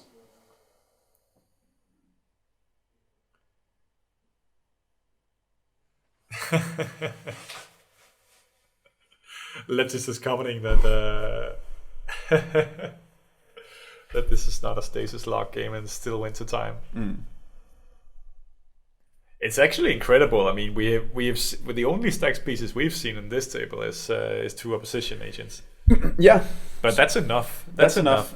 At least in this game, and also really, again, we talked about it in way long time ago that Dr. Jones hasn't got the right mix of cards, and when he tried to fire off a PO a long time ago, he only had 1 piece of interaction. Exactly. And everyone has just been. He must be hating his shuffling skills.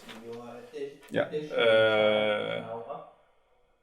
you finish this turn that you are doing, and each player 0 mana, no nothing.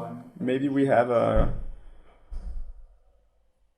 Chromox thing. And that's the thing about these non-deterministic lines. Sometimes you spend a lot, like a fish flapping for a whole lot of nothing. You do a whole lot of nothing in, and but still, 25 Storm.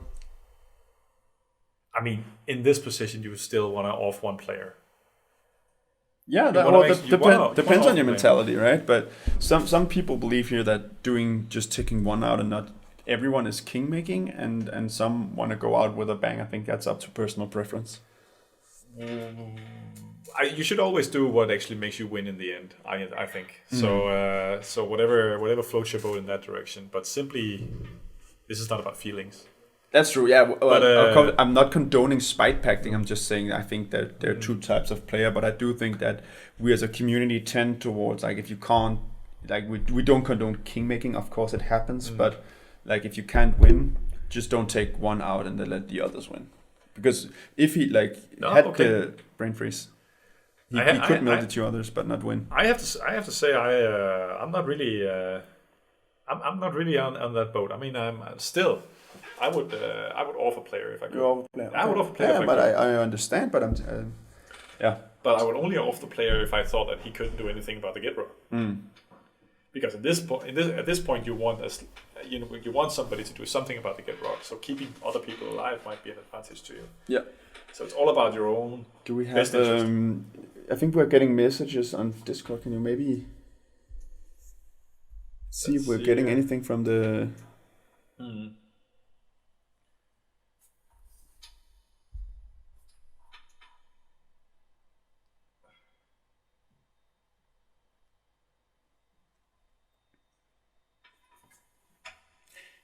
Yeah.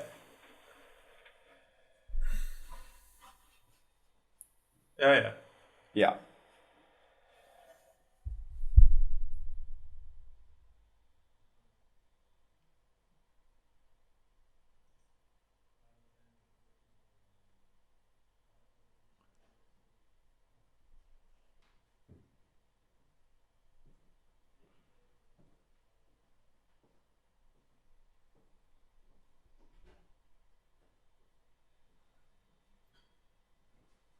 Oh, wow.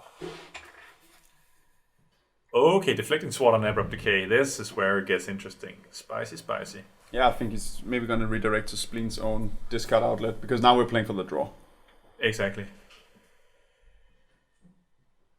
Changing it to mana crypt. Yep, just taking him off mana here maybe, but he can still float it. I guess this is. But we're in the draw step, so. Yeah, we're before the draw step, so that's to get rid of that. Yeah.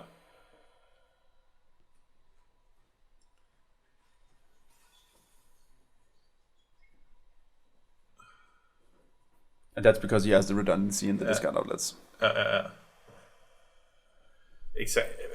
When he gets to his main phase, he can just replay that. He can replay that mana crypt. It has no value to choose that mana crypt. Well, with the abrupt decay, it's not a bounce spell. No, it's a kill spell, but he's gonna shuffle everything in and redraw his one. But okay, but he didn't. But he didn't have the mana to play it, so he scoops.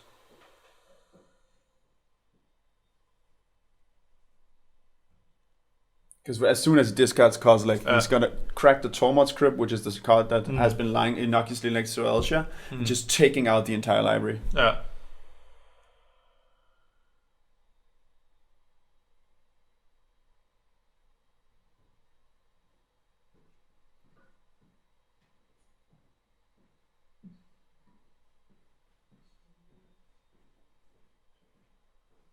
And here, as I learned today also, that all the turn phases happen even if the player has disappeared. How many games will we stream today? We'll be streaming, so we'll also be streaming at least three more, right? Three more, one more. We have one more round, Swiss, and then we have a semi-final and a final. Exactly. So there's still plenty of magic to be had, but I think we'll, as soon as we finish up the game here, we'll from our side take a short break, and also so you guys can take a bio break and get some coffee. We'll name part of the game, and we'll take a short break, and but you guys stick around because we still have the giveaways. We still have other giveaways and other amazing games coming up. We're gonna go grab some lunch, maybe a cup of coffee. Sip of beer, if I may say that on stream, and then I'm not sure you may, but I just did. We are over 30. What are they going to sue me for? Outside trading or what? Exactly. Okay, that's where we are. Okay, but you have to give it that diamond hands were held in this game for sure. I just love it when internet culture bleeds out into reality. Let's see here. All right, Dr. Jones's turn here, yeah. And I don't know.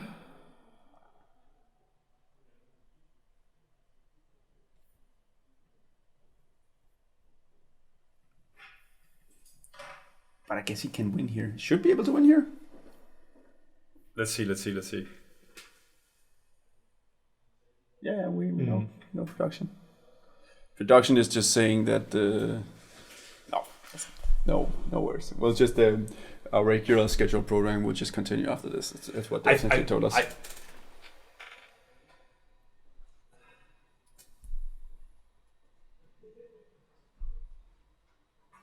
p.m. is time for snaps sometimes. But unfortunately, Christmas lunches were cancelled this year. It's to great bitterness in the Danish community, I can tell you that. Yes. So no snaps in 2020. What's going on here? Because we're really interested in.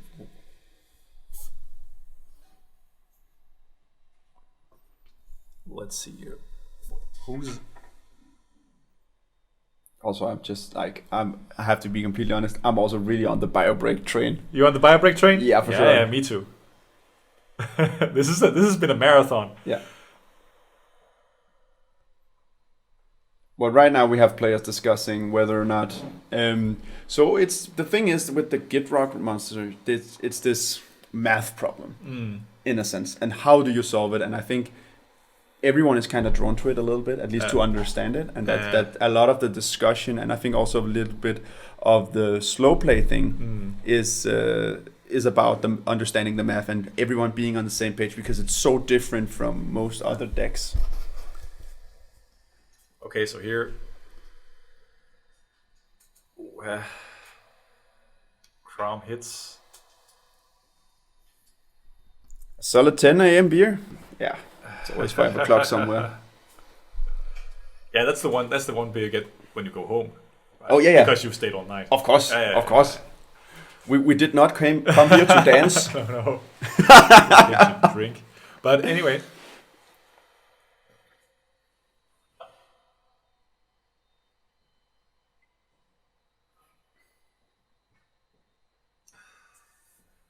One thing that is about this, it's exhausting to play against GitRock Monster in this way. The winner of this part is going to go to the next game. Yeah, also because it's been a really long game. It's been a really long game. It's been really, really hard. It's been a lot of interaction. You've had a term that lasted for almost an hour.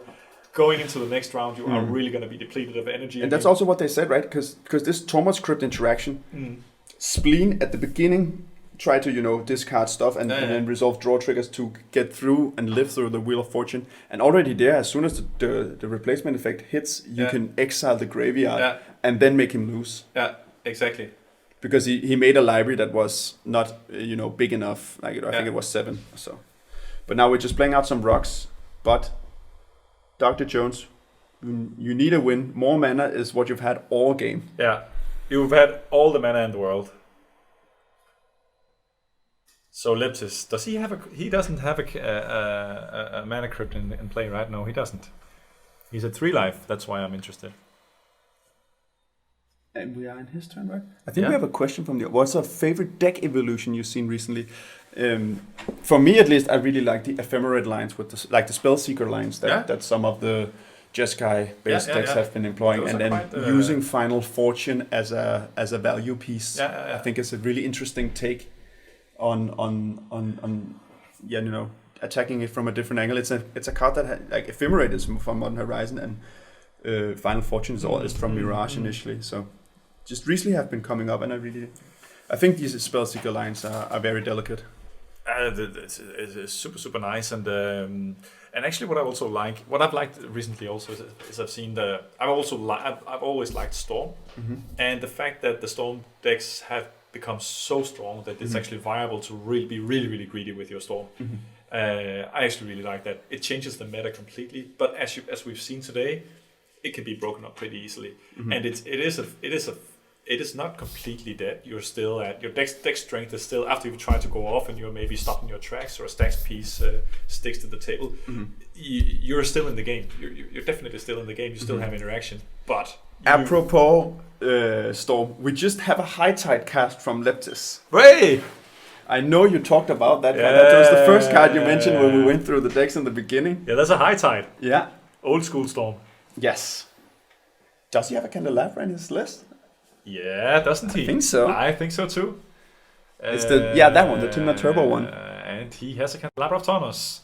So this can actually become very spicy indeed. Yes, this is previous tech. Yeah. There's so much mana going on right now. But he has 2 islands, right? So that's 4 mana. That's 4 mana. But he has to pay one for the town. I think he paid that off. Soul Ring. Or some of the artifacts that Tefling. You don't want to. No. Exactly. Scheming Symmetry here. Okay. Which with Opposition Agent out is pretty good. Okay. But actually, okay, so Scheming Symmetry 2, he just has to target himself and another player, and then he can get. Like, Dr. Jones should get the one Leptis assigns to himself, and Leptis should get the one he assigns to the ultra top player. Just flips it. So, I guess that's how you will puzzle it out.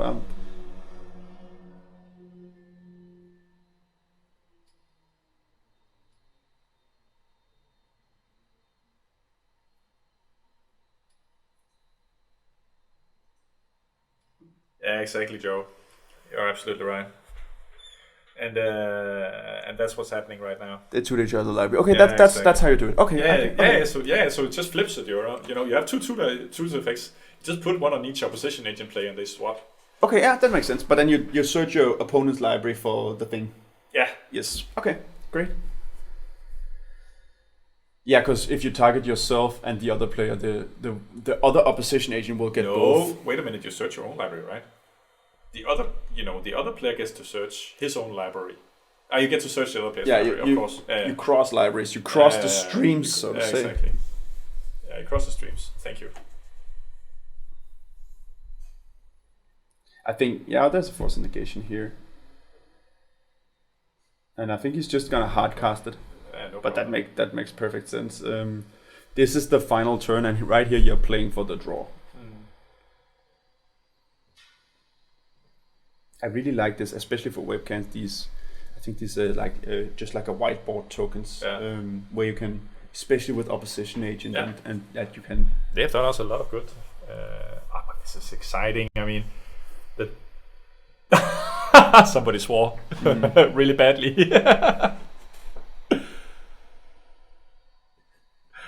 Leptis is basically saying that he's not gonna be winning this. Passes the turn, and he's at 2 life. Does Elcha, he has another turn, and then he should win from here. Elcha has a turn. Elcha has the final turn here. It should be the final turn. Yeah, this game is pretty insane. Yeah. The last turn should actually have been Spleen. It was turn 0, 1, 2, 3, 4, 5. But he's dead. I don't know if that turn goes to... But I think his turn still counts, because if the phases count, his turn should still count. Yeah, his first turn counts, but you would... But I mean... But does his second turn, does that go to... I have to be completely honest, I'm not making the rules here, but I think the rules should say each player gets an additional turn. As there has been discussion in chat as well, if a player knocks out, that shouldn't give the advantage. I think it's 1 turn more per person. That's my personal opinion. I don't think that's what the players have been told. It would be unfair the other way around. Yeah.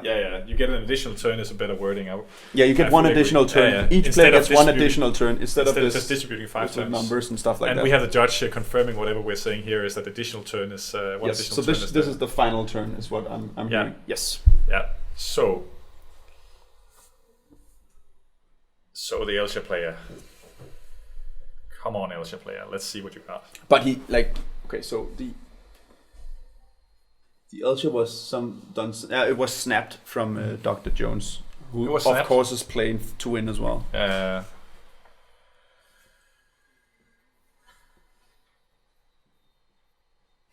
So, but then Elcha is in the hand, and we still have the top. We have a pretty good chance here. Yeah, Leptis is talking about the Leptis, but don't think Leptis should be that worried about the face palms from the chat, because the chat is very nice, and this game has been so complicated that even beginning to facepalm would even be an arrogant move in itself, I believe, just from the sheer amount of errors we've made. I agree, man. But I have a pretty great time. Like, it has. I think last time I commented on a game that was this long. I'm getting my second win now. Exactly. Yeah. I'm not even getting back into it, and it's. I don't even need a bathroom break anymore. And I do think like the players are pretty good at explaining it, and the cameras are okay-ish, right? Last time I did this, there was a camera players in this game. Really difficult to see. Spleen and Leptis, really, and. But I will say, like, even if those guys are content creators and known in the community, I haven't like. Jake could have, or Mr. Forrest could have, Mr. Evers could have done this thing with the Tormod script a little earlier. But you know, it's still dragging out the pain. Yeah, but it's not. He had the right idea. Yeah. It's just the execution of the and sequencing of the idea. Thanks, Tuna in the chest. Really appreciate it. Lineside Diamond just gives us some extra mana. Lotus Petal. Lotus Petal. This is at least 4 top activations. Yeah, it is. And we have 2 more. No, so 1, 2, 3, 4, 5, plus 4. I think 9 mana. Yeah. When this game is over, stick around. We're gonna name a card of the game, and we're gonna have some deck tech by Leptis when the game is over. Yeah. We're at the very last turn of this. And I will say, game. It's a video game. he pre-recorded, so don't worry, we'll not put him on the spot and try to improvise something after this game. We'll give him a break as well. He gets a well-deserved 5 minutes until the next round or whatever. I don't know how long time is there, but. My goodness. So brain freeze targeting yourself. So now we're digging. Now we're really digging. Yes. But he hasn't.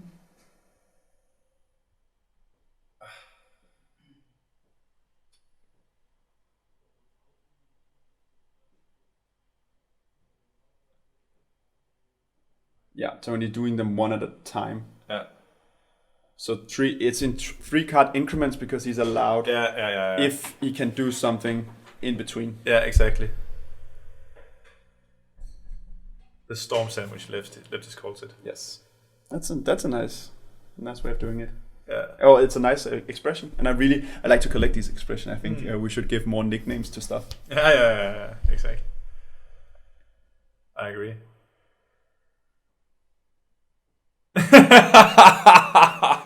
That sounds like tough break. The intuition was last there, which could have gotten him. Oh yeah, the breach. Yeah. Intuition and the Savine's like the Savine's Reclamation, the breach, and something that doesn't matter. Yeah.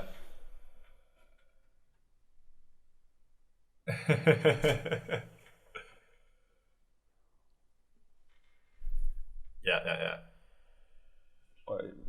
Are we still? I think we're still on. I'm pretty sure we are. Oh yeah. It was just your computer who was going to sleep. Don't worry about it. I'm pretty sure the guys will come screaming from production if we're not live anymore. Yeah, for sure. That's a good litmus test.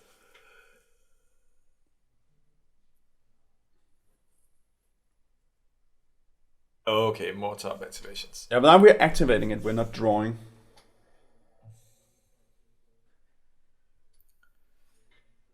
One other thing is that I mean, good game on the guys here. I mean, patience is a thing in CEDH, especially in this game. Everybody is tired and worn down. I mean, this is I think that we are seeing good gamemanship as well. People helping each other out and but being really really fair. There's been some question around: can I do this? Can I do that? Yes, you can. But no, you can. There was also been a no, you cannot. It's too late, and then an acceptance. I think some really nice gamemanship in this game as well. I've been. For sure. Been really pleased to learn this. Love the community in that sense. I think it's really, really. I think there's a good all around good mood at the tables. It's super nice.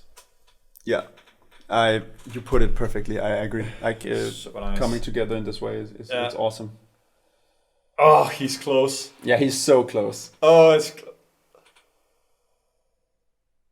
Fabricate. There we go. Fabricate should be enough, right? There we go.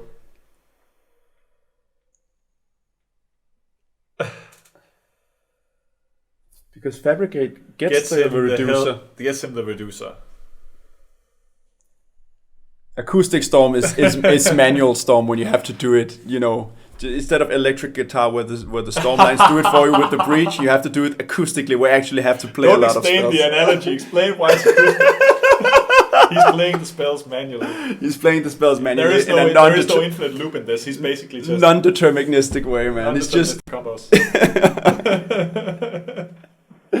Oh man, I love that expression. It's But the Elsha playing moving on here seems to be in a position where he can win. I mean, yeah. You've been looking at the board to the bottom right for the entire game and thinking, Win. Yeah. Where is it? But it should be now, In because he there. has 2 mana left. Oh my goodness! Yeah. Somebody threw down. Oh yeah. So Dr. Jones threw down his headset. Okay.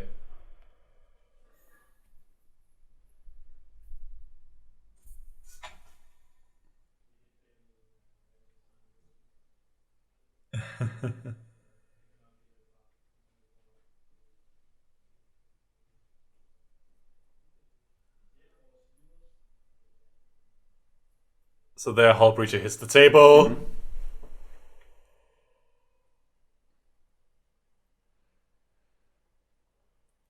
It's a draw.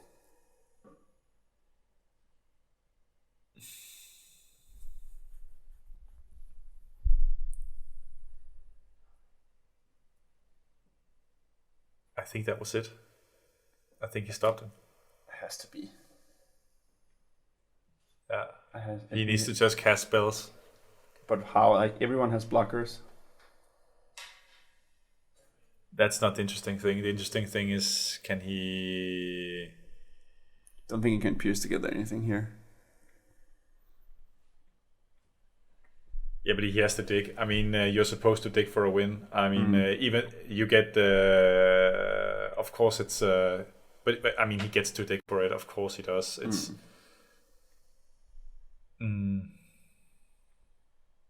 Yeah. He's going the wrong way. And yeah, the role the fabricate, it's cool and all, but the text, it doesn't really matter because the opposition agents. Yeah.